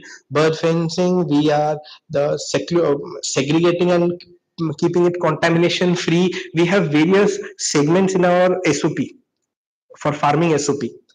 So that will that those are taken care of. Thank you, sir. Good morning, sir. I am Supriya from batch 2426. My question is, sir, what will be the Falcon strategy for diversifying its supply chain? Because we know that America will put the tariff in next few months ahead. Yeah, though we are planning to diversify, it's not like they will be moving completely out years, because that's a very good consumption market. We have lately started with the domestic market, because we know that next 5 years or after 10 years there will be a good demand in the India itself. So we have started our retail chains. You must have seen Falcon Chilica Fresh, and we are also into B2B sales inside India. The Zovata Hyper Pure, we are supplying them. Big Basket that you use, we are also supplying to Big Basket in Odisha. So this is for the domestic market. We are also selling to big enterprises in Mumbai, in the coastal of the western coast, and Delhi for the retail units for the hotel chains. Even you see Taj here, Mayfair, Trident, we supply to all the hotel chains here for the shrimps. And going about the other countries, we have from comparing for the last 3 years our statistics, we were doing Europe about 5%. Now we have gone up to around 9.5% to Europe. Then we had around 0.5% to Japan. Russia we have gone to 5%. Canada we have gone 10%. So Canada, we have gone to 10%. So it's not like we'll be leading US, because at the end of the day, if Trump is putting up the tariff, it will be the end users who will be affected, because we are already paying a tariff of around 7.7% as anti-dumping duty and anti-dumping duty to US. So on above that, we have to pay the rest 10% or 26%, which will be finalized. Good morning, sir. I am Sparsh Kumar, batch of 24-26. Firstly, sir, it's an honor to interact with you, especially knowing that you have been the GenSec. I am also the part of SEC as Cultural Secretary in XIM University New Campus. So, sir, I just wanted to ask, what role does Falcon Group plays in CSR, especially in rural areas, especially in field of education and sustainable agriculture? Yes. So going for the CSR, we have completely a different wing called Falcon Charity Foundation that deals with all the CSR of the group companies. So when I tell group companies, we are into Falcon Marine, Falcon Real Estate, Falcon Feeds, Falcon Chilika Fresh, and Falcon Agri Freeze in Ahmedabad right now. So we have Falcon Charity Foundation who looks after of all the CSR things. For the CSR in the rural region, in Andhra district, we have placed a nursing home for the gynec department in Andhra. That's if you know, it's in the Kenja district. And going for the Baleswar, we fund a school there. Apart from that, we fund 12 students for medical. There are 3 students who are into engineering. So they're like the people from backward classes whose students are doing well. We have a certain kind of exams, we take them up, and we fund the complete education. And about the farmers, we have made certain farmer society in Dhamra and in Baleswar blocks. So there are rural blocks. We have made them society, and looking after the other CSR. If we consider funding of all the farmers, we do that as per the part of our business. Friends, no more question. I'm very happy, Mike. Okay, you have one. Last question, please. Carry on. Good morning, sir. Good morning. My name is Antanu Mahabhadra. I am from batch 25-27. So my question is, can you explain a bit more about the transformational journey of the farmers of today to being the entrepreneur of tomorrow, and how Falcon is contributing in that? So I will cite 2-3 examples. There were 2-3 persons in 1980 who were farmers. So now I can quote their name. They are 2-3 farmers. Now they have a base of trading of around 150 crores of shrimp trading they do right now. They have started with their export units also. So there are 2 to 3 farmers who have started with their exports unit within the last 15 years. So they were our farmers. Now it's pretty difficult for us to get the raw material also, because they are taking our raw materials. Now they have even gone up for as a competition to us. So when we look back, which were 10 years back in 2010, which was 354 crore was the turnover of Indian shrimp export from Odisha. Right now it is 4,500 crores. So we have gone up to 34 exporters. And I feel honored to say that out of the 34, 17 exporters were farmers 15 years back. And now are the shrimp exporters. So this is like, there are slow changes, they're taking time, but this is how they have evolved. So thank you, friend. And now please you come. Yes, please, just. Friends, thank you very much. I must tell you this. No, so many times I have heard streams, no, थोड़ी भूख तो लग गई है, but the point is that no, and suddenly I realized that there are so many products of the streams. Now in the green room when I move, I'm going to request him कि सबका एक एक तो बनता है. That's the point is this. So at least I will come to know about it. So friends, now with this we will finish with this. For the next, they will guide you over there. Thank you so much, sir, for this insightful session. I'm sure students have learned a lot today. Now we'll take a break for 5 minutes and we'll resume shortly. Thank you. Thank you. 5 minute नहीं 5 minute और दे दो 10 minutes toilet छोटा है बेटा that's it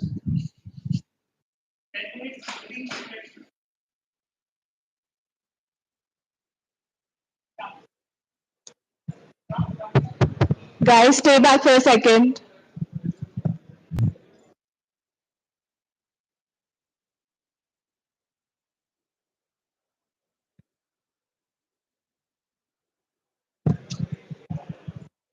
Both the batches, please pay kind attention. Settle down.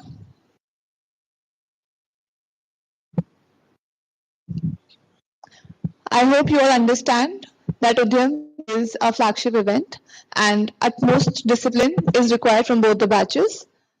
We'll be moving forward with another speaker. And here I sincerely want you all to sit straight because you all are visible. Stop using your phones because if it's visible to us, it's visible to them. And if you want to take break or if you want to use the washroom, please go from behind.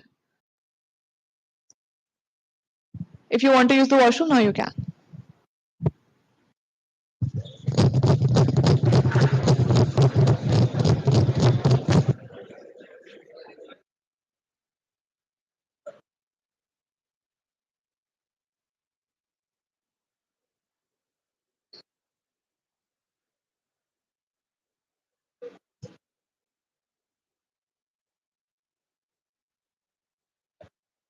Both the batches, we request your presence back to the Audi within 5 minutes.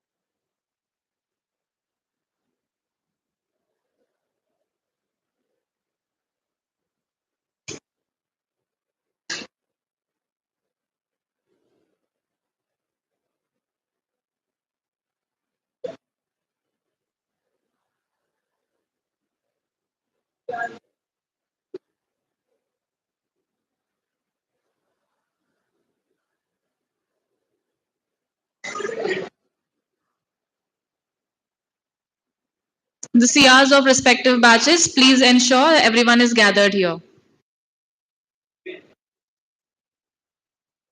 At the end.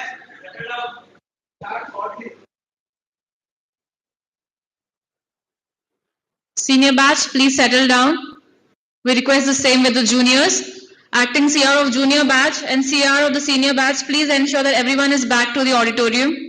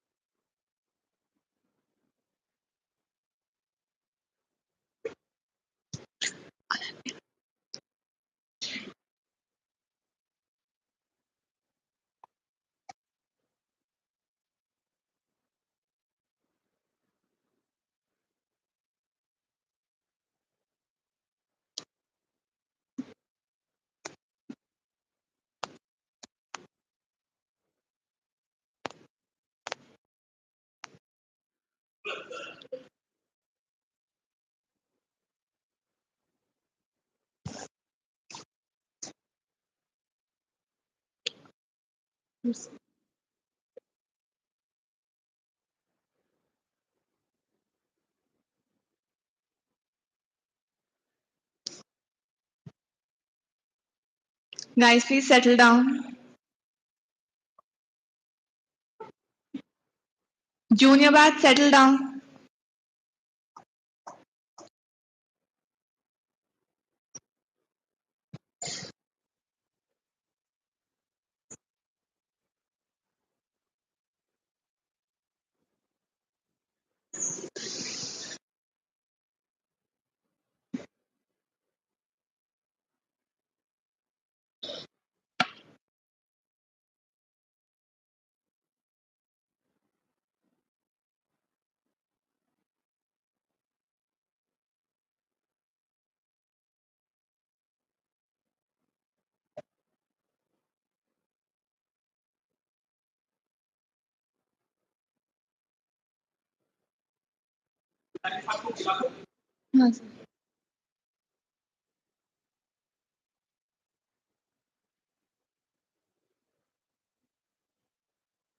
Senior batch, settle down.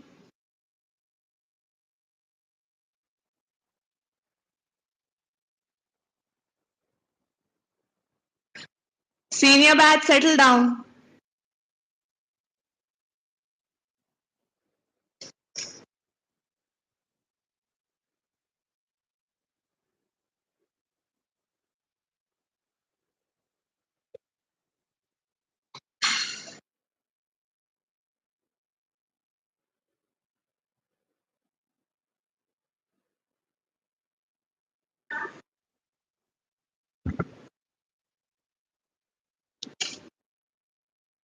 We'll be starting the session in next few minutes. The speaker is arriving anytime soon.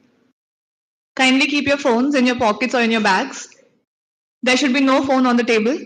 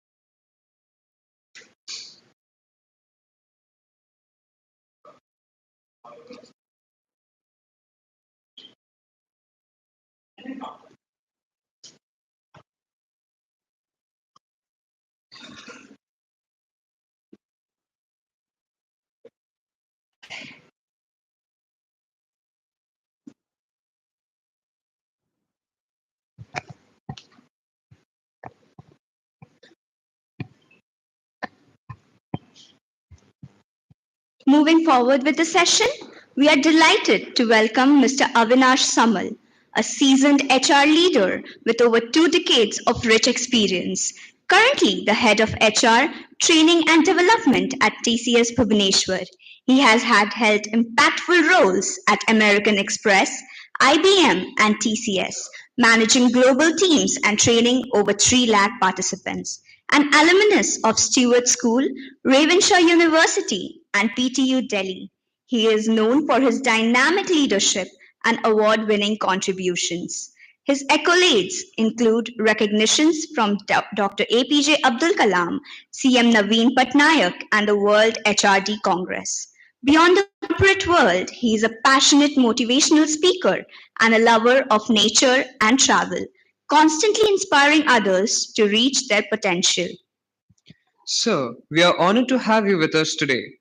I request Mehak to present a bouquet to Mr. Avinash Samal. Sir, please.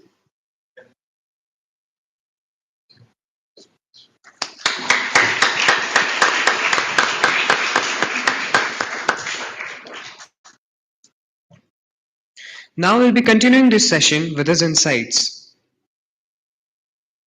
Sir, please, over to you, sir. Sure. Thank you. Thank you so much. It's afternoon. So good afternoon, dignitaries, and Jai Hind, my friends. I really feel amazing whenever I come and share the stage with you all. You know why? I go back to my days. My days when I was a participant there, not here. And it really takes me back to those days which I have cherished a lot. And now it's your time to cherish these days and make the most of it. Today, the topic that you have kept is transforming organizations through people and purpose. You want me to speak about people and purpose. And let me tell you before I start anything, are you with me, all of you? Yeah. Einsteins at the back? Are you with me? Okay, great. Happy to hear that. Now, my point is, I'm not here to give a speech. Okay? Okay? Yeah. I'm here to talk to you, to share my vision, to share what I feel, and also to get some insights from you. Okay? So let's make sure this is a two-way traffic. Yes? Yeah. Paka? Yeah. Happy to hear that. Now, people. Who are people? Anyone? Who are people? We are people, right? Forget about organizations will come next. But starting from the city to the state to your nation, what is it constituted of? People, right? How then can we not put people at the first step to make sure we are on a win-win journey? In order to be in a win-win journey, the first and foremost focus that we need to put is the people, our people, or we, us, right? Now, what are these so-called people consist of? What are the ingredients of a people, of a person? Anyone? कोई बोलना चाहेगा? What are these people made of? Chalo, let me cut it short. What is the most important ingredient of a person? Yes? Brain? I heard something. Emotions. Absolutely. Emotions. A person is driven by emotions, right? I am here today because of the emotions that I carry for the student, for the youth. I am here today because of the respect that your dignitaries are offering me. I am here today to make sure that I pass on some vibes, some vision, some thought process that can make you beautiful leaders for tomorrow and drive the society and organization in such a way where only and only positivity thrives. Right? Right? Now, this is my emotional quotient. Similarly, for every person in the whole world, everyone has their own emotional quotient, right? For someone, purpose matter. For some people, money matters. And for some people, just number matters, digits, nothing other than that. But a common factor from between all of these people is one, if they are not emotionally taken care of, if the emotional intelligence is not reciprocated by the organization, the city, the state, wherever they are studying, maybe your university, your faculties, maybe someone who is in front of you or you are answerable to them. I am answerable to my organization, to my bosses, to my leaders, right?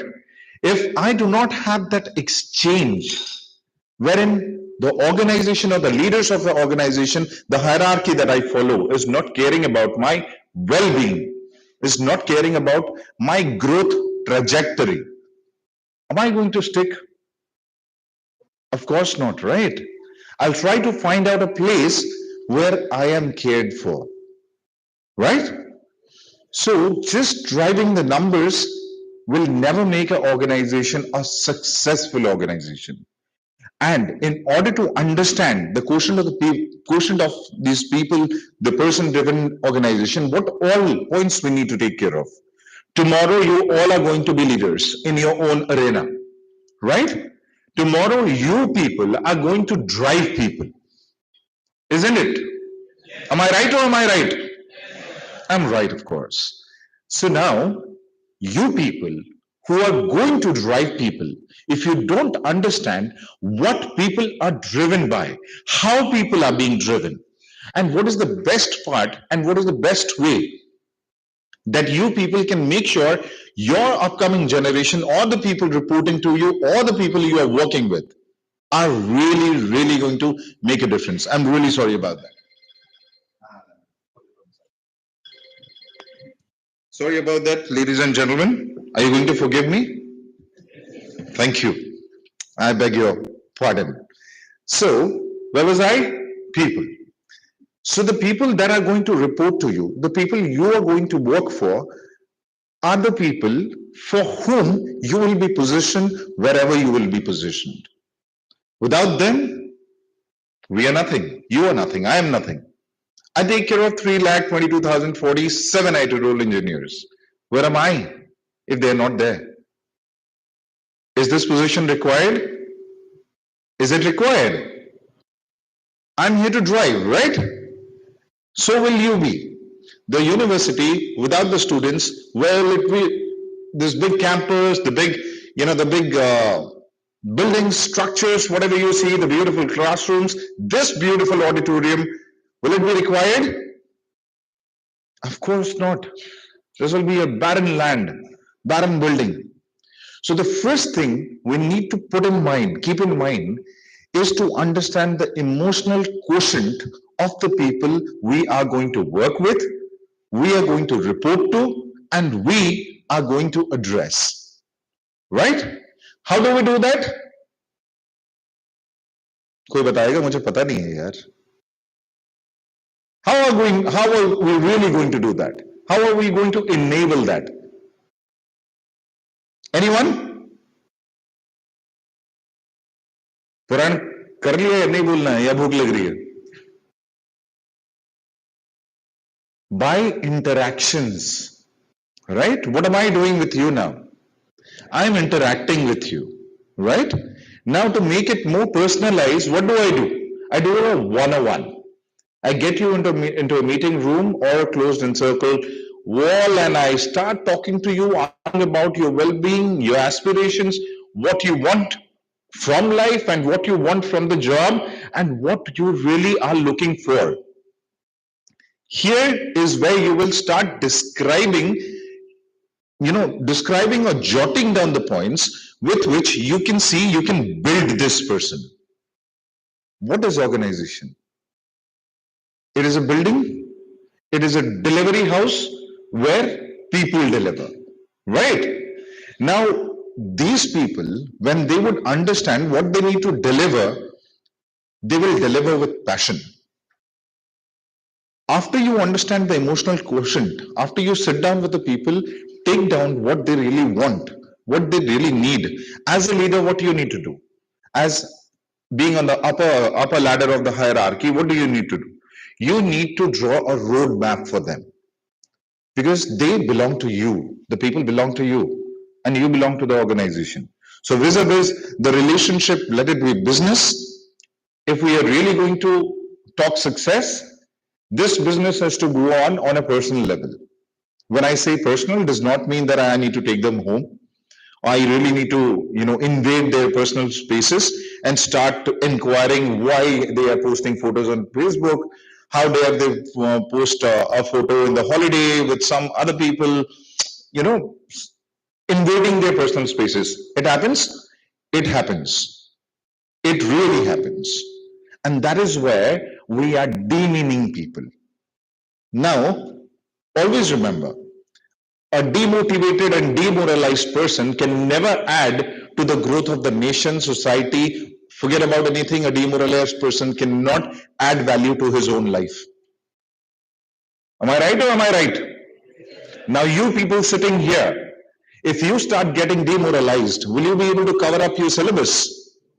Will you be able to do what you are doing today? Neither will you be able to fulfill your dreams or the university's goal or your parents' dream that you have thought about and you have thought that I'll hit this goal and I'll have to be there one day. What do you need? You need a moral boost, a moral support. So does every people in the organization needs a moral boost, moral support every now and then.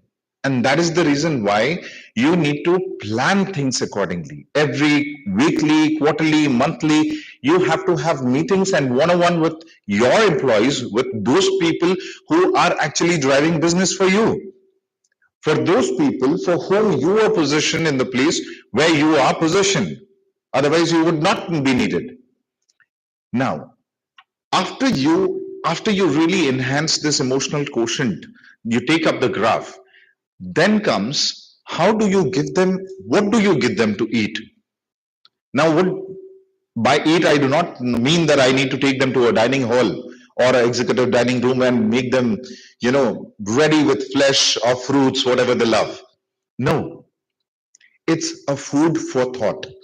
And what is a food for thought for a person? The purpose. The purpose of doing something great. Right? After 84 lakh, after traveling in a mythological world, what we say, हम इंसान हैं, we are human beings, Homo sapiens, right? We ideally, पता तो नहीं है मुझे, पर जानते हैं जितना लिखा हुआ है, black and white है ये. After traveling 84 lakh yonis, we get to get a birth in this Homo sapien form, right? Don't you think this is much, much, much, much more above just thinking about getting a good salary, traveling abroad, getting married, having 2-3 kids and settling down? Just the basic normal life. You know that Three Idiots ka dialogue. Naukri, credit card, ... The line continues. Right? Are we not really encircled within this circumference and not coming out and looking ahead to really make a difference and do something? How many of us here, raise your hands, how many of us here really think to bring some difference to the nation? Maybe by very good, very good. Now, when I say difference to the nation, what do you mean? By adding on to the GDP, by serving it, by doing some social work, or giving back to the nature? Could be many ways, right? Could be many ways. And every individual have their own capability to decide what they are going to do to give back to the society, to the nation, to Mother Earth, maybe, right? Now here comes the game of purpose. If you are building an army, Netaji Subhash Chandra Bose, he formed Azad Hind Fauj, right? At that point of time, when there was no what we call pager, no telephone, no wiring in such a way that immediately, I call, "Arey, mujhe 100 bachche chahiye, de do zara, class bharti karna hai mujhe," and the people come running. There was no such way. There was no such way where you can forge your passport. You can cross the boundaries. You can cross the LOCs, LOAC, and visit to another continent altogether. Make friendships with them. Make sure, the people are out of jail. And all the people from the jail, from other continents, are ready to fight for the freedom of their nation. What did Netaji do? Kya kiya? Khun manga. He asked for blood. From whom? From the people, right? Now, what is this blood that he is asking for? He gave all of them a purpose. Azadi. Our nation. Sampurna Swaraj. Right? This purpose led like a wildfire amongst all those people who, got ahead with the Nara Chalo Delhi Chale. Right? What happened is history. But what he made possible along with those people was something that is created as a benchmark till date. And I will be definitely passing it to my daughter, and she will be passing it to the upcoming generation, and it will go on and on. He is still alive in all of us. Why? Why? Because of his important purpose, right? So, in order to have a purpose, we really need to come out of this mentality. Naukri, credit card, shadi, bachche, settled, US, retirement benefits, NPS, National Pension Scheme, holidays, world tour, वो चलता रहेगा. That is something that is very basic. अलग क्या करना है? इस university में पढ़ने आए हो. Now you have come here to become bright students so that you walk out and proudly say, I am from Xavier's. Right? कहाँ से आए? आज मो पुरो तो Xavier पढ़ुची. मो जेतो Xavier पढ़ुची. वाह, अरे वाह, बढ़िया बढ़िया. बहुत पैसा आपन पाखरे. पढ़ुचंती. Very nice. Reputed university, reputed, beautiful reputation in the market, and the students walking out of Xavier's really put their heads high and, flaunt themselves that we are Xavierians. That's what you call, right? Right? Proudly, yes. सुनाई नहीं दे रहा है? अच्छा लगा. Now this pride, does it just come with the name? Now Xavier, let's come up to your college. इनका कोई purpose होगा? पैसा कमाते हैं, बिजनेस छापते हैं बच्चों को लाके. अगर सिर्फ यही पर्पस होता तो जरिया बहुत थे. Now the purpose here, forget about Xavier's, for any institute, any educational institute, it's a temple. It's a temple which builds youth, which builds up students for a better tomorrow, for a better nation. The more educated the nation is, the more educated the youth are, there will be no war. जो चल रहा है ना पीछे, घमासान, Israel, Iran, Russia, Ukraine, हमारे border में भी चल रहा था, पाकिस्तान, इंडिया, चल ही रहा है. Now just imagine If these people, what kind of bond you have? Answer me. I need answers, please. What kind of bond you have as a class? बताओ. अच्छा है? दोस्त, फैमिली, जान दे रहे हैं तेरे लिए, कुछ होने नहीं देंगे, राइट? आंच तक आने नहीं देंगे. This is the feeling that you carry, right? My college, no invaders can get into my college, right? No intruders can come inside and make a mess with any of our students here, with any of our teachers here, right? यही जज्बा होता है. How's the Josh? Nice, very nice. This jazba, this Josh and this shiddat, when you have it in a right way, in an educated manner, then you are the sculptors of the future of your nation with your own hands. And in order to make you sculptors, the faculties, the college, the university, the management, everyone sweats day in and day out, along with your parents, they being the vital point. Sweat day in and day out. You know why? So that they could give you a purpose for life. We really don't understand and ignore this. हम आते हैं, syllabus खत्म करते हैं, fees कितना है, student loan ले लिया, डॉलर, पाउंड, INR, जो भी अच्छे से कमाएंगे, स्टूडेंट लोन खत्म करेंगे, purpose solved. No, my dear boys and girls, no. This is not the purpose. Today is what day? It's Friday, right? It's a working day. I am here. Why? Is your college paying me? Of course not. I am not taking it. I will not be taking it. But I am here. Time is money, right? And I am from the business. For me, time is very, very important. But if my purpose is to give this valuable time and insights to you so that what hundreds of leaders are doing the wrong thing today in the market, in wherever, in whichever organization, in whichever marketplace, does not matter. But whatever wrong is happening, you are the people who are going to replace them tomorrow. And what happens, when there is a cultural deficiency or derogatory culture which is going on, sometimes we fall in a trap and we don't understand that when we reach up to that position, we start doing the same thing that has happened with us. We forget that we have come through this pain.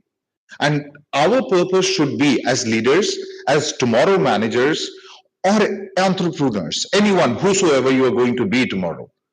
You should always have one thought process and one purpose that जो बुरा मेरे साथ हुआ है या जो बुरा मैं देख रहा हूं मेरे आसपास, वो बुरा जब मेरी काबिलियत होगी, वो बुरा मैं किसी के साथ नहीं होने दूंगा. And trust me, I strongly believe in this. And I carry forward this. I don't have a script. I don't have a PPT. I am my own shining PPT. Right? Whatever I'm telling you today is my life. Whatever I'm sharing with you today is every single moment of my days that I live. And that is exactly I'm passing on to you. It's upon your control that you take the purpose ahead and make a beautiful world. Michael Jackson का गाना सुना है ना? Let's make it a bit of beautiful world. It is a real time. We are in such an era that while delivering, while earning the revenue, while making a difference and trying to be at the top of the graph in the marketplace, we forget people, we forget purpose. It's natural. क्या होता है? कभी-कभी करते हैं, अरे नहीं करेंगे तो नहीं होगा. होगा, सब होगा. आपके ऊपर, it's completely depends on you. Where to tighten the knot and where to leave it loose. It absolutely depends on you. Your style of delivery, your style of management will influence not only people, but the name of the organization too. There is a survey that happens for the organization. ESI, Employee Satisfaction Index. You know, you have heard about it? Excuse me. All of you have heard about it, right? Now, what is it? It is a survey that is taken from the employees that how happy they are working in an organization, in a particular organization, and accordingly, in the whole world market, they are ranked as per their ESIs. How this happiness comes from and where this happiness comes from. If the organization is a purpose-driven organization, then people will definitely be taken care of. Why? Because Netaji की तरह बारिश हो या धूप, वो तुम्हें तुम्हारा purpose थमा देंगे कि भाई पर्पस देश की आजादी है और ये हमारा देश है. Similarly, whatever purpose you decide for yourself, that's going to drive hundreds of people. And for driving purpose and people, you know what you need to do with yourselves? Koi bolega? Anyone? Einstein's? Please. To have a purpose. Of course, that's basic. But in order to drive a purpose, have a purpose, be purposeful along with carrying the people together, an individual, what attribute that particular individual needs to carry in herself or himself. Anyone? One ingredient, yes. Yes, gentlemen? Yes? Be the change maker. हाँ जी madam. Integrity. वो तो चाहिए ही चाहिए. Yes? जोर से. Coordination. Okay, that's of course there. हाँ जी madam. Believe in oneself. Okay. ये सब तो चाहिए ही चाहिए. इसके बिना बिरयानी नहीं बनेगा. But सबसे इंपॉर्टेंट पता है क्या है? मुझे खुश होना जरूरी है. खुश रहना जरूरी है. I need to be self-happy. I don't need to depend on things, situations, or instances to be happy. I need to be happy to make sure I am building a happy nation. I'm building happy people. And the purpose carries happiness in itself. You getting my point? Are you able to connect the dots? अगर हम खुश नहीं हैं तो कहां से हम खुश करेंगे किसी और को? हम तो चिढ़ते रहेंगे. You getting my point? If I'm not happy with my clean shaven head, I would not come here and smile and shine in front of you. You getting my point? Self criticism is the best criticism. खुद ही अपने पे ताना मार लो कि दूसरा मारने का हिम्मत ही ना करे. क्यों जी? Am I right or am I right? Now, the most important factor for you all is to be happy. Now, why you need to be happy? मैं क्यों खुश हूं यार? मैं करोड़पति नहीं हूं, मैं दुबई शेख नहीं हूं, मैं सोने के कार में नहीं घूमता हूं, मैं खुश कैसे हो सकता हूं? नहीं सर, बहुत कुछ करना है, उसके बाद खुश होंगे. Every moment you are living in disparity, every moment you demoralize, you are losing the value of your life, you're losing the time of your life. The moment you're sad, you need to understand that this is not my life goal. 84 lakh योनियां cross करने के बाद जब मैं यहां पैदा हुआ हूं, तो मैं यहां खुश रहने के लिए पैदा हुआ हूं. Are you with me? Are you with me? Now, अब मैं आपको रीजन देता हूं खुश होने का. You people are sitting here, all of you. कैसा लग रहा है? मजा आ रहा है? सूट बूट पहन के, टाई वाई लगा के, बाल अच्छे से कंघी करके और मैं अपना उड़ा के. अच्छा लग रहा है? मजा आ रहा है? टू मीट लीडर्स, ये एसी की ठंडी ठंडी हवा खाना, बहुत मजा आ रहा है? Are you not thankful for this? इससे ज्यादा क्या चाहिए आपको? Let me tell you, each one of you sitting here, even the gatekeeper or the watchman or the housekeeping guy in this college present here are living the dreams of hundreds and thousands of people. कुछ लोग इस दुनिया में हैं जो आपकी जिंदगी का सिर्फ सपना देखते हैं. कुछ लोग ऐसे भी हैं जो आप जैसे जिंदगी के बारे में सोच भी नहीं पाते, वो रिलेट ही नहीं कर पाते। और कुछ लोग ऐसे भी हैं जिनको दिन में एक टाइम साफ पानी भी पीने को नहीं मिलता। Now compare this and imagine where you are, how blessed you are, how blessed we are. फिर किस बात का दुख यार? ऊपर नीचे तो लाइफ होना ही है, without which life is a dead line, a straight line is a डम डेड लाइन, राइट? राइट। तो ऊपर नीचे के बिना जिंदगी में मजा ही कहां आएगा? Why this roller coaster goes up and down, और उतरने के बाद मजा आ गया भाई, right? So that's the pleasure of life, the line that you see to and fro coming up and down, that's the pleasure. एक मंदिर में जब घंटी झूला हुआ होता है वो सुंदर दिखता है, राइट? पर जब उसको आप बजाते हो, वो जो टंग करके वाइब्रेशन आता है आपके दिमाग और कानों को छूता है, तब उसमें लाइफ आती है। वरना वो तो मुर्दा ही ठीक, वो तो फोटो में भी देख सकते हैं। क्या मतलब है? वो टंग करके जो वाइब्रेशन आता है वो आपका भक्ति भगवान के साथ कनेक्ट करता है। That tongue sound is also a purpose to wake up God, to listen to you, right? To listen to the purpose that you are praying for. Are you with me? आ रही है बात समझ में? That's all I have to say. मैं बस एक request करके जाऊंगा आप सबको। In the world, when you go out from here tomorrow, life is not going to be easy. Life is absolutely not going to be easy. And how difficult it's going to be, for someone it could be easy, for someone it could be medieval, for someone maybe बहुत कुछ सीखना, देखना, रगड़ना पड़े. But that's okay. That's life. Right? Whatever it may be, if you're breathing, अगर आप जिंदा हो, सांस चल रहे हैं, आप अपनों को देख रहे हो आसपास, तो खुश रहो. Just be happy. Build a happy culture.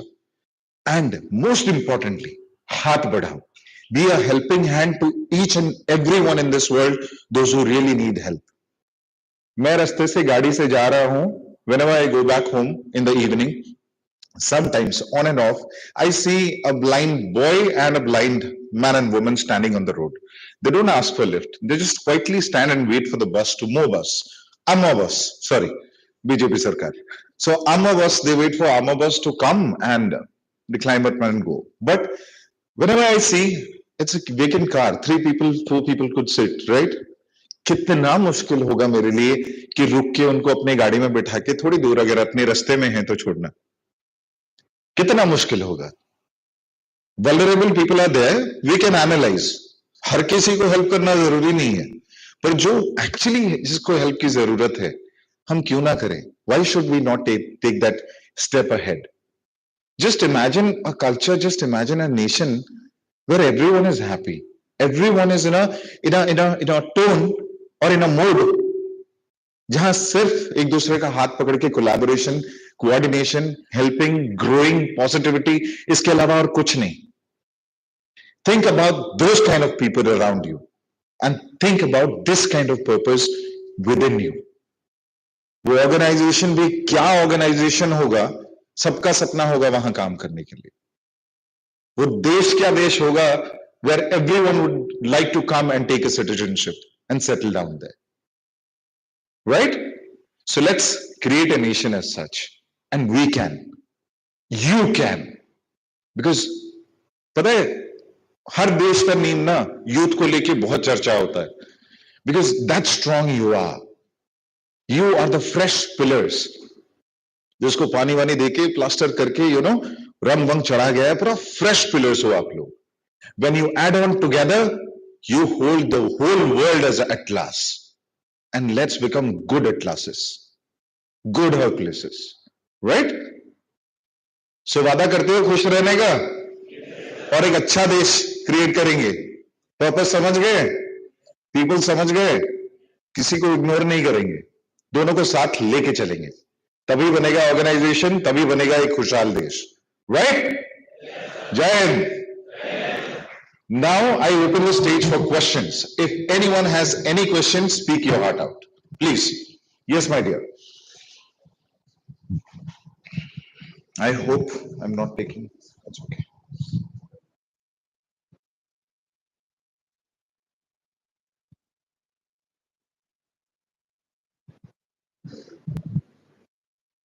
जोर से बोलो जय माता दी. Good morning.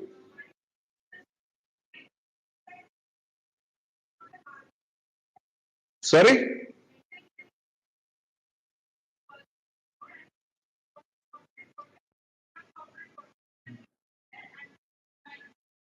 Okay.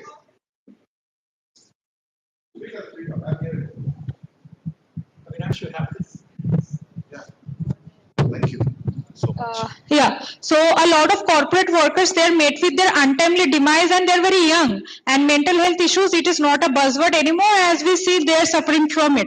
So how do you handle it in your organization? I mean the mental well-being of your employees or the executives. See, I am not the one who is authorized to speak in and around TCS. Whatever I am doing, I am absolutely doing on an individual note as a leader. Okay. However, the answer to your question is, if the ratio is increasing, we really need to brood over and create a committee and sit together and think, why is this happening? What is the nature of these demises? Is it happening because of the project pressure or peer pressure or managerial pressure? What's the reason? If there are some certain reasons, let's say pressure from the manager or pressure, or pressure from the project delivery, from the client, then we really need to understand, sit together, address those particular pain areas to the project, to the client.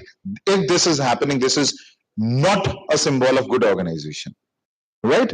We really need to sit together, form a committee, a CFT, a confirming committee, and basically take it forward in a fruitful way so that this graph falls in a 90-degree, right?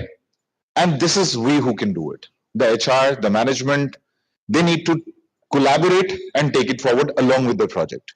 So talk, सुनो, समझो, फिर action लो, सब solve होगा. इस दुनिया में ऐसा कोई ताला नहीं है जिसका चाबी नहीं है. We just need to act accordingly and correctively. That's all. Thank you. Any other questions? Sir, I am Supriya. Sir, sir, I am Supriya from batch 2426. My question is that, sir, how the people align to the organization purpose so that they never ever take the work as a burden. What are the responsibility? Two things. If you remember what I said, it depends on your management, how they're driving people. The people of the, please sit. The people of the organization or people of the team. And when this purpose, this building of the purpose inside a human being, when can this be created well, is at the first step, that is called induction. I am sure the college would also be having inductions, right? So the first day you come to know about the organization, you're laughing, okay, funny day, was it? Or too much of download? Yes, of course, that happens, right? So induction, in induction, you have to get the insights about the organization, 360-degree, and purpose-driven. Purpose-driven thing can be informed, but how that will be driven, that depends again on your management, on people, the people managers. If they drive it correctly, I think there is nothing better that can be, debated or not taken care of. Got it? Thank you. So you are going to be a good manager tomorrow. Okay? Yeah. Next. Good morning, sir. My name is Drishti Padhi from batch of 2426. So, sir, my question is, today where everyone is after work-life balance and in this crests and troughs, and even now also in college, we are in a continual race of meeting deadlines, and we have to submit our assignments on time, and there are so much of things going on. So in this situations, what will be your take on prioritizing self-happiness? Okay. Can I give you an example? How many of you, I guess all of you would have, how many of you have seen this 12th fail? अब अब भी कुछ बोलना बाकी है मेरा? उस situation में हो? नहीं ना? बहुत, I know the pressure is too much today. The competition is too much today. But we cannot, deviate from it. We have to walk along with it. Right? मेरा आज एक हाथ नहीं है. God forbid, प्रभु बचाओ. हाथ नहीं है. अब मैं नहीं रो सकता कि मेरा हाथ नहीं है. उसी, without that hand, I have to make sure that I live a life. And most importantly, live a life happily. Otherwise, if I want to keep crying, शायद मैं 70 साल जीता, 60-50 साल में मर जाऊं. क्यों? With this thought process कि इतना कंपटीशन है, इतना प्रेशर है, इतना peer pressure है, यार मेरा तो खून ही मोटा होता जाएगा. Every second, every minute, I'll be adding on to negate the days of my life. So what's better? और जैसे कि मैंने बोला, just take the example of 12 fail. Chambal. It's a real story, right? It's not even real. We watch movies. We all. I'm a movie lover. Okay? So we watch movies. But how many of us take it back and utilize it in our lives? Very less. Entertainment, पैसा वसूल, खत्म. Am I right or am I right? है ना? बहुत सारे movies ऐसे हैं, if you just watch them thoroughly and try to imbibe those, attributes in your life, you never know what kind of rocket speed you are going to take in your growth in life. Super 30 is another example, right? There are many examples in the society. You just need to keep your satellite open and keep holding on to the right things. That's it. Okay? Yes, sir. Anyone else? How many questions I can take, sir? I'm your guest. 2-3 more. Okay. Yes, Janabe Ali. This taraf, this corner. Good morning, sir. Okay. After you. Yes. Good morning, sir. My name is Rajat Sethi, and my question was that you mentioned the employee satisfaction index. Do you think that the current index reflects the realities of this world, and if we should add more parameters to it? I would say no comments. I feel the same way that you feel. But जैसे मैंने बोला कि when you don't have the authority, we have to hold on. We have to hold on till that time when I'll have the authority to make the change. If I am in a stage where I can give suggestions for the betterment, definitely I will. You should. We all should. Okay, we should not step back in giving suggestions. But there will be a time when you all will be capable of making a difference, making a change, and making sure that whatever you're thinking to add and whatever reality you want to bring out to the world, you will one day have the capability to do so. Wait for that day and do so. Don't forget. Getting my point? But again, to your question, no comments. Thank you, sir. Next. Yes, gentlemen. Good morning. He was there. So after him, please. Respect for individual is what I call. Thank you, Shushu. Good morning, sir. Good afternoon, sir. Your session was very insightful and it really motivated all of us to stay happy. So, my question. Sir. So, my question would be, sir, what would you give more prioritization, like customer retention or employee mental or overall health? So, it should be a balance. Customer is important, right? That's why the business is running. Yes. Without customer, the business is nowhere. No company is anywhere, right? Yes. So client is definitely important. They are bread and butter.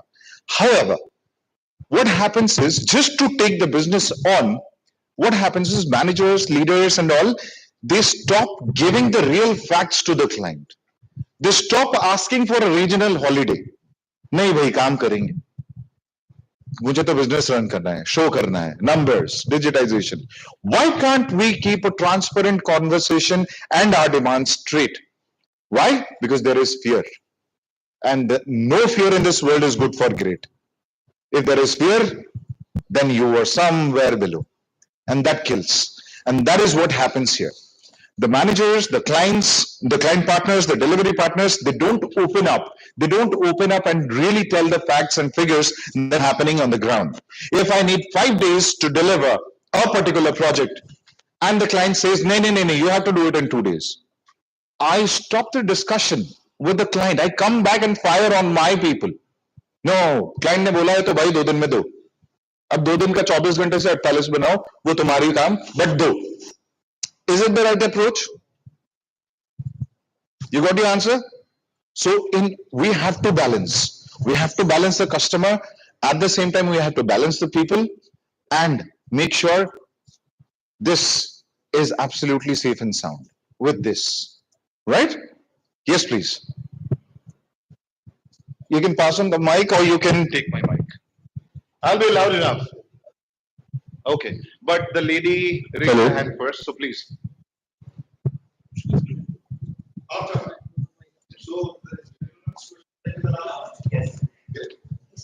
Good afternoon, sir. Good afternoon, sir. I'm Saida Roshni from batch 2024-2026. My question is that how can we be the change or bring the change in the business world?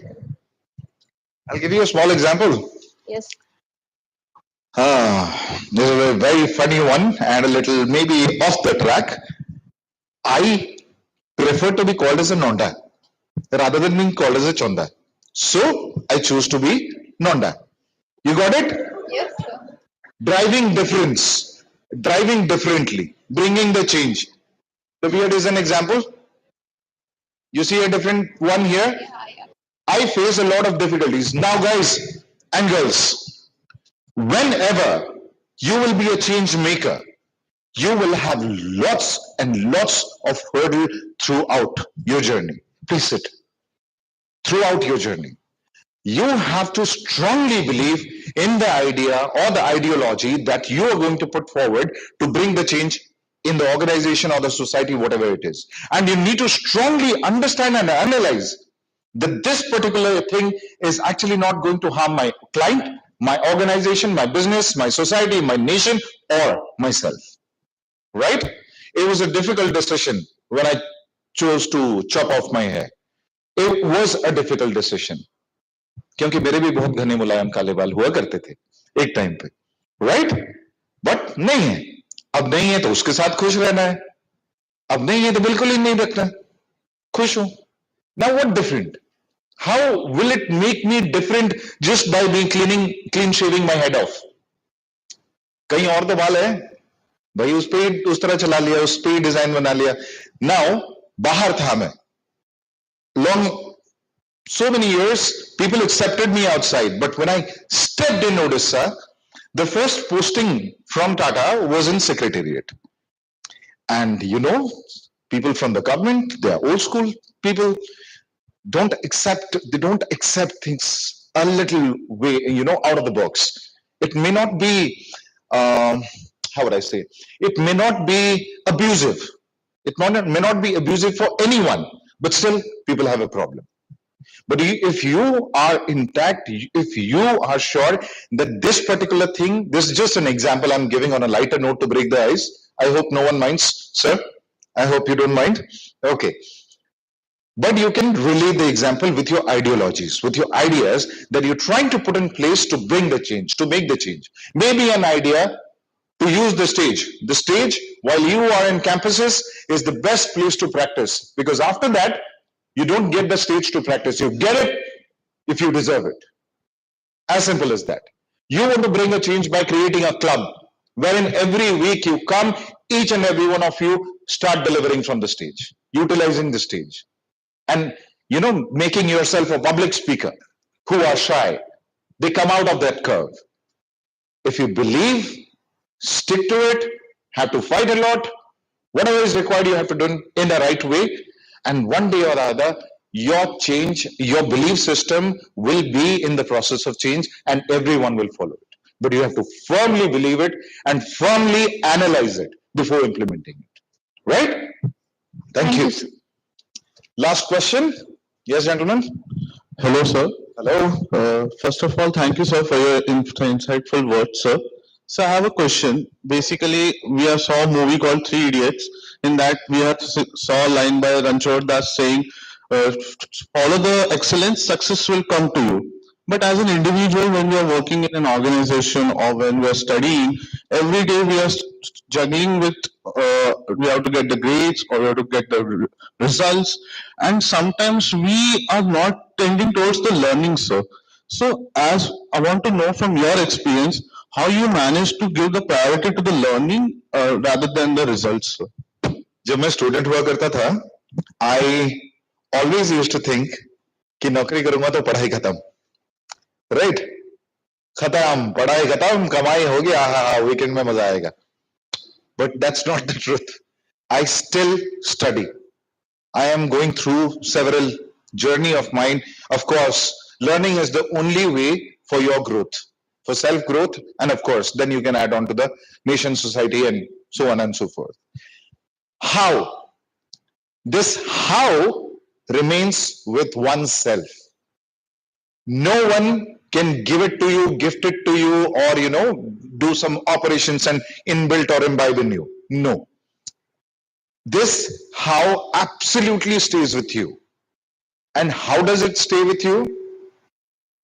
By your self motivation and understanding and analyzation what you really need in life. If you need something big, there is no shortcut. You have to take the long turn and you have to take a good learning journey. IAS IPS officers ऐसे ही नहीं बन जाते, बहुत पढ़ाई करना पड़ता है, ठीक है? I myself was trying for IPS from Bajiraman Ravi, Delhi, but I could not crack it. बहुत बहुत मेहनत करना पड़ेगा, बहुत पढ़ाई करना पड़ेगा, और जो माइंडसेट हमारा है ना कि कंपटीशन बढ़ गया है, बहुत बोझ है, बहुत प्रेशर है, इतने सिलेबसेस, इतने books and all, we can't do it, नहीं हो रहा है, तो भाई तुमसे नहीं होगा. We have to throw off this mentality. We have to throw out this thought process. As I said a little while ago, fear is not good for great, right? Why fear is not good? क्योंकि ये fear ही है जो आपको हर वक्त डराती रहती है. ओ pressure आ गया, ओ syllabus, ओ exams, ओ learning नहीं हो पा रहा है, कैसे होगा? Enjoy. Start enjoying the system. You people are here, all of you are here. I'm not saying 100% of you will not be attentive or you're not grasping or absorbing from this leadership talks and all. I'm sure many of you would. But क्या होता है ना, आपको अच्छा लगा, आपने absorb भी किया, सब किया. The minute you walk out, maybe of this hall or out of the campus or in the evening, while you sit and chit chat with friends, हाँ आए थे, अच्छा बोला, बढ़िया लगा, ठीक है, खत्म. Utilization कहाँ हो रहा है? So these talks will not help you until and unless you start utilizing the ideologies that's given in these talks, the experience that is shared with you, right? Stay self-motivated. Goal, purpose, choose करो अपने लिए और भागो. Race की तरह मत भागो. Race की तरह नहीं भागना नहीं है. रेस की तरह भागोगे, कंपटीशन में हार जाओगे, कहीं ना कहीं ठोकर खा जाओगे. आपको चलना है जैसे कावड़ लेके जाते हैं ना भक्त भगवान के पास. बस गोल को भगवान बनाओ, खुद भक्त बनाओ, भागो. Everything, all the hurdles in the way will come as a learning, as an experience, and you will enjoy it. So enjoy the process. Everything will fall in place. ठीक है? Thank you. Thank you so much, all of you. With that, Jai Hind. Jai Hind, sir. Thank you so much, sir, for this insightful session. I'm sure all of us sitting here have learned a lot from this today. I kindly request Chairperson, Career Advisory Services, Professor Neeraj Kumar, to sum up the discussion. Please, sir.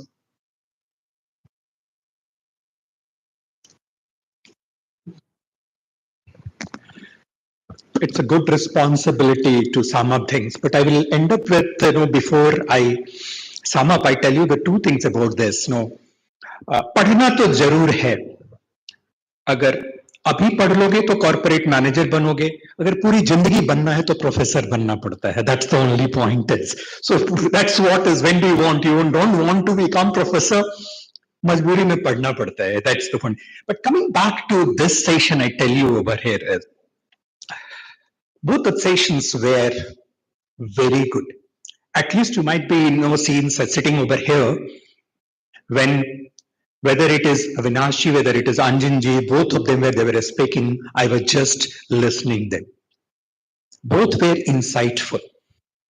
And both, if you really think on it, what they said about it, has left a lot of things for you to munch and to digest. I will focus on the digesting part of it. Probably when you heard the first part of it, the history of Falcon and the history of an student, how it has grown and what are the things they are doing, and why a company which is totally specialized in marine industry, why it is moving and diversifying that, and what are the challenges they are facing. You are finding that these are the business related challenges you have to face every day. It was good that you asked question, and then good that you you got the answer, that how the business related challenges can be taken care of. But when you heard Avinashji, he said this: the life is not only business, life is beyond business, and there are many such challenges which you will be facing in your life. And then how to really face those challenges are equally important. Now, just to balance both, I tell you over here is this: you really need to be happy. But to be happy, you really need to be satisfied. And to be satisfied, really need to be actually in a good way among your peers. And when you feel that, no, I have all right to be happy, which will come when you actually do better in your life. It is not only in business, it is with your personal life, it is with your family life, it is with your colleagues' life. So does professionalism does matter over there. But the too much focus on professionalism something takes you from your own life, because at the end of the day, you are an entity who has responsibility of take care that entity per se. And if you forget yourself, you lose the entire thing over there. So yes, I must tell you this, both of the sessions were actually very good. And I take this opportunity to really thank both Anjanji and Avinashji for giving us time and visiting us and spending entire 1/2 with us. That itself shows that how much deep professionalism and feeling of giving back to the society they are having over there. So before you say, I will request you once and last time to give them a big clap from the all side over there.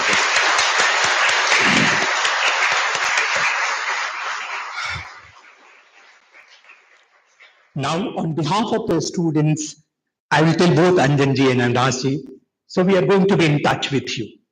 And I tell you, these students are going to follow it up. You may feel that no, for the a smaller objective, some small term objectives over there is this. But I tell you this, the association which you have established today, it is going to be a long term. And you should not be surprised that 20 years down the line, if someone stops you, at that point of time, you may be have hair on your face, and he may have lost his entire hair, and suddenly say, "Sir, we have heard you in exile." So these people are like that, who are taking your message very strong and getting connected with you, sir. So yes, thank you very much, friends, to be such a wonderful audience. The second session is waiting for you. Over to MC for take it forward to you.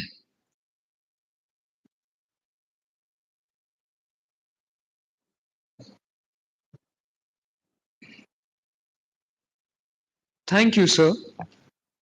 Now, I would like to request Professor T. Kumar to come to the dais and present memento to Mr. Anjan Mohanty.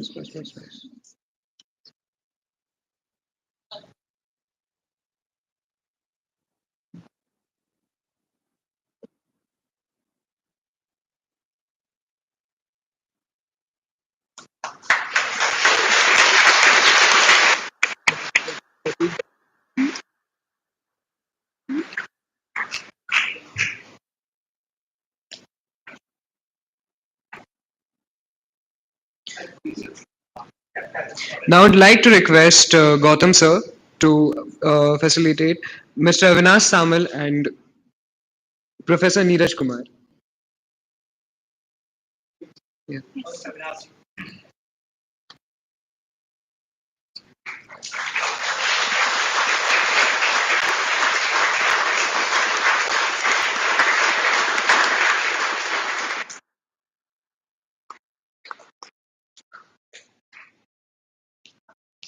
I request Gautam sir to present a memento to Neeraj sir.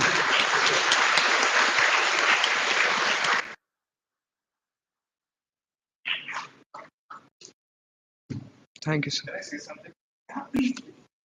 Am I audible? Yeah. Great. I just can't stop myself talking about this. In your lives, always crave for this. You know why? More than money. You know why?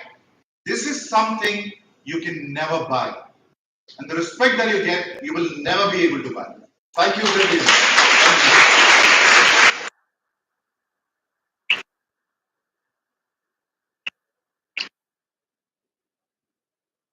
Group photo बचे हैं ना, group photo दिलवा दो.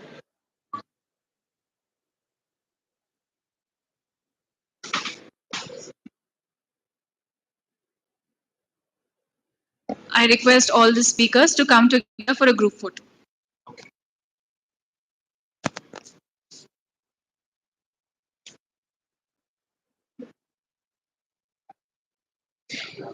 We'll have.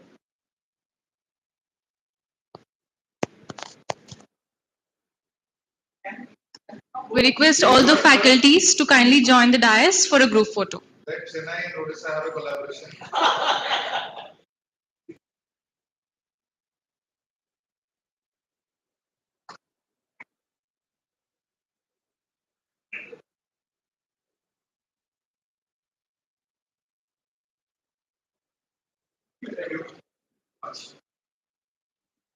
Thank you, sir.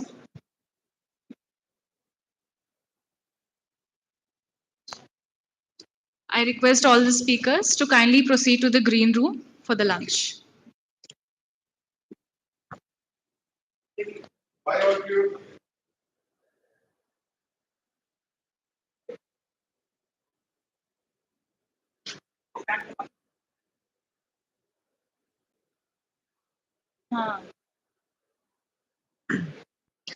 We now break for lunch. We invite you to rejoin us for the concluding session at 2:15 p.m. Thank you.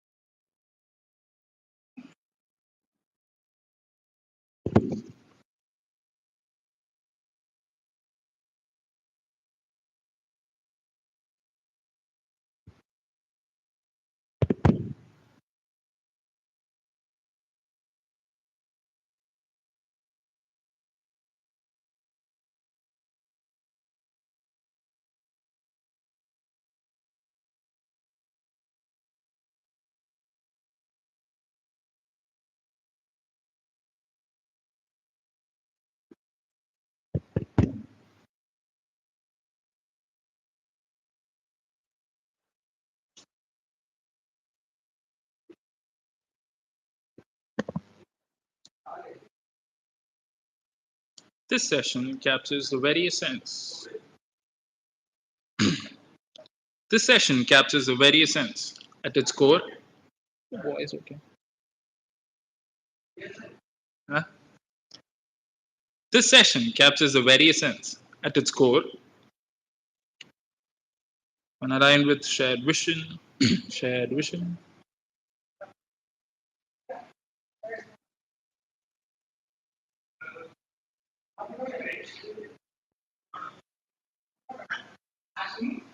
Next, we are honored to welcome Mr. P. Veeraswamy, Vice President HR at ITC's Agribusiness Division. At this alumnus, Mr. Veeraswamy has over 25 years of rich experience in industrial relations, people strategy, and leadership development across organizations like Bunch, Godrej Jersey, and the Murugappa Group. At ITC, he now leads one of the country's most significant agribusiness HR portfolios. I request Arya to please present the bouquet to sir.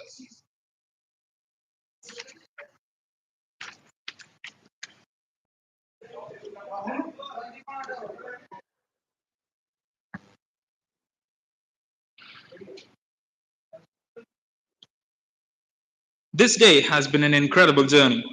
Now, we take this opportunity to thank all the members of the RM Career Advisory Services for their dedicated efforts that made this event a grand success. Also extending our heartfelt gratitude to Illuminatics, the media and PR cell of XIM University for their constant support.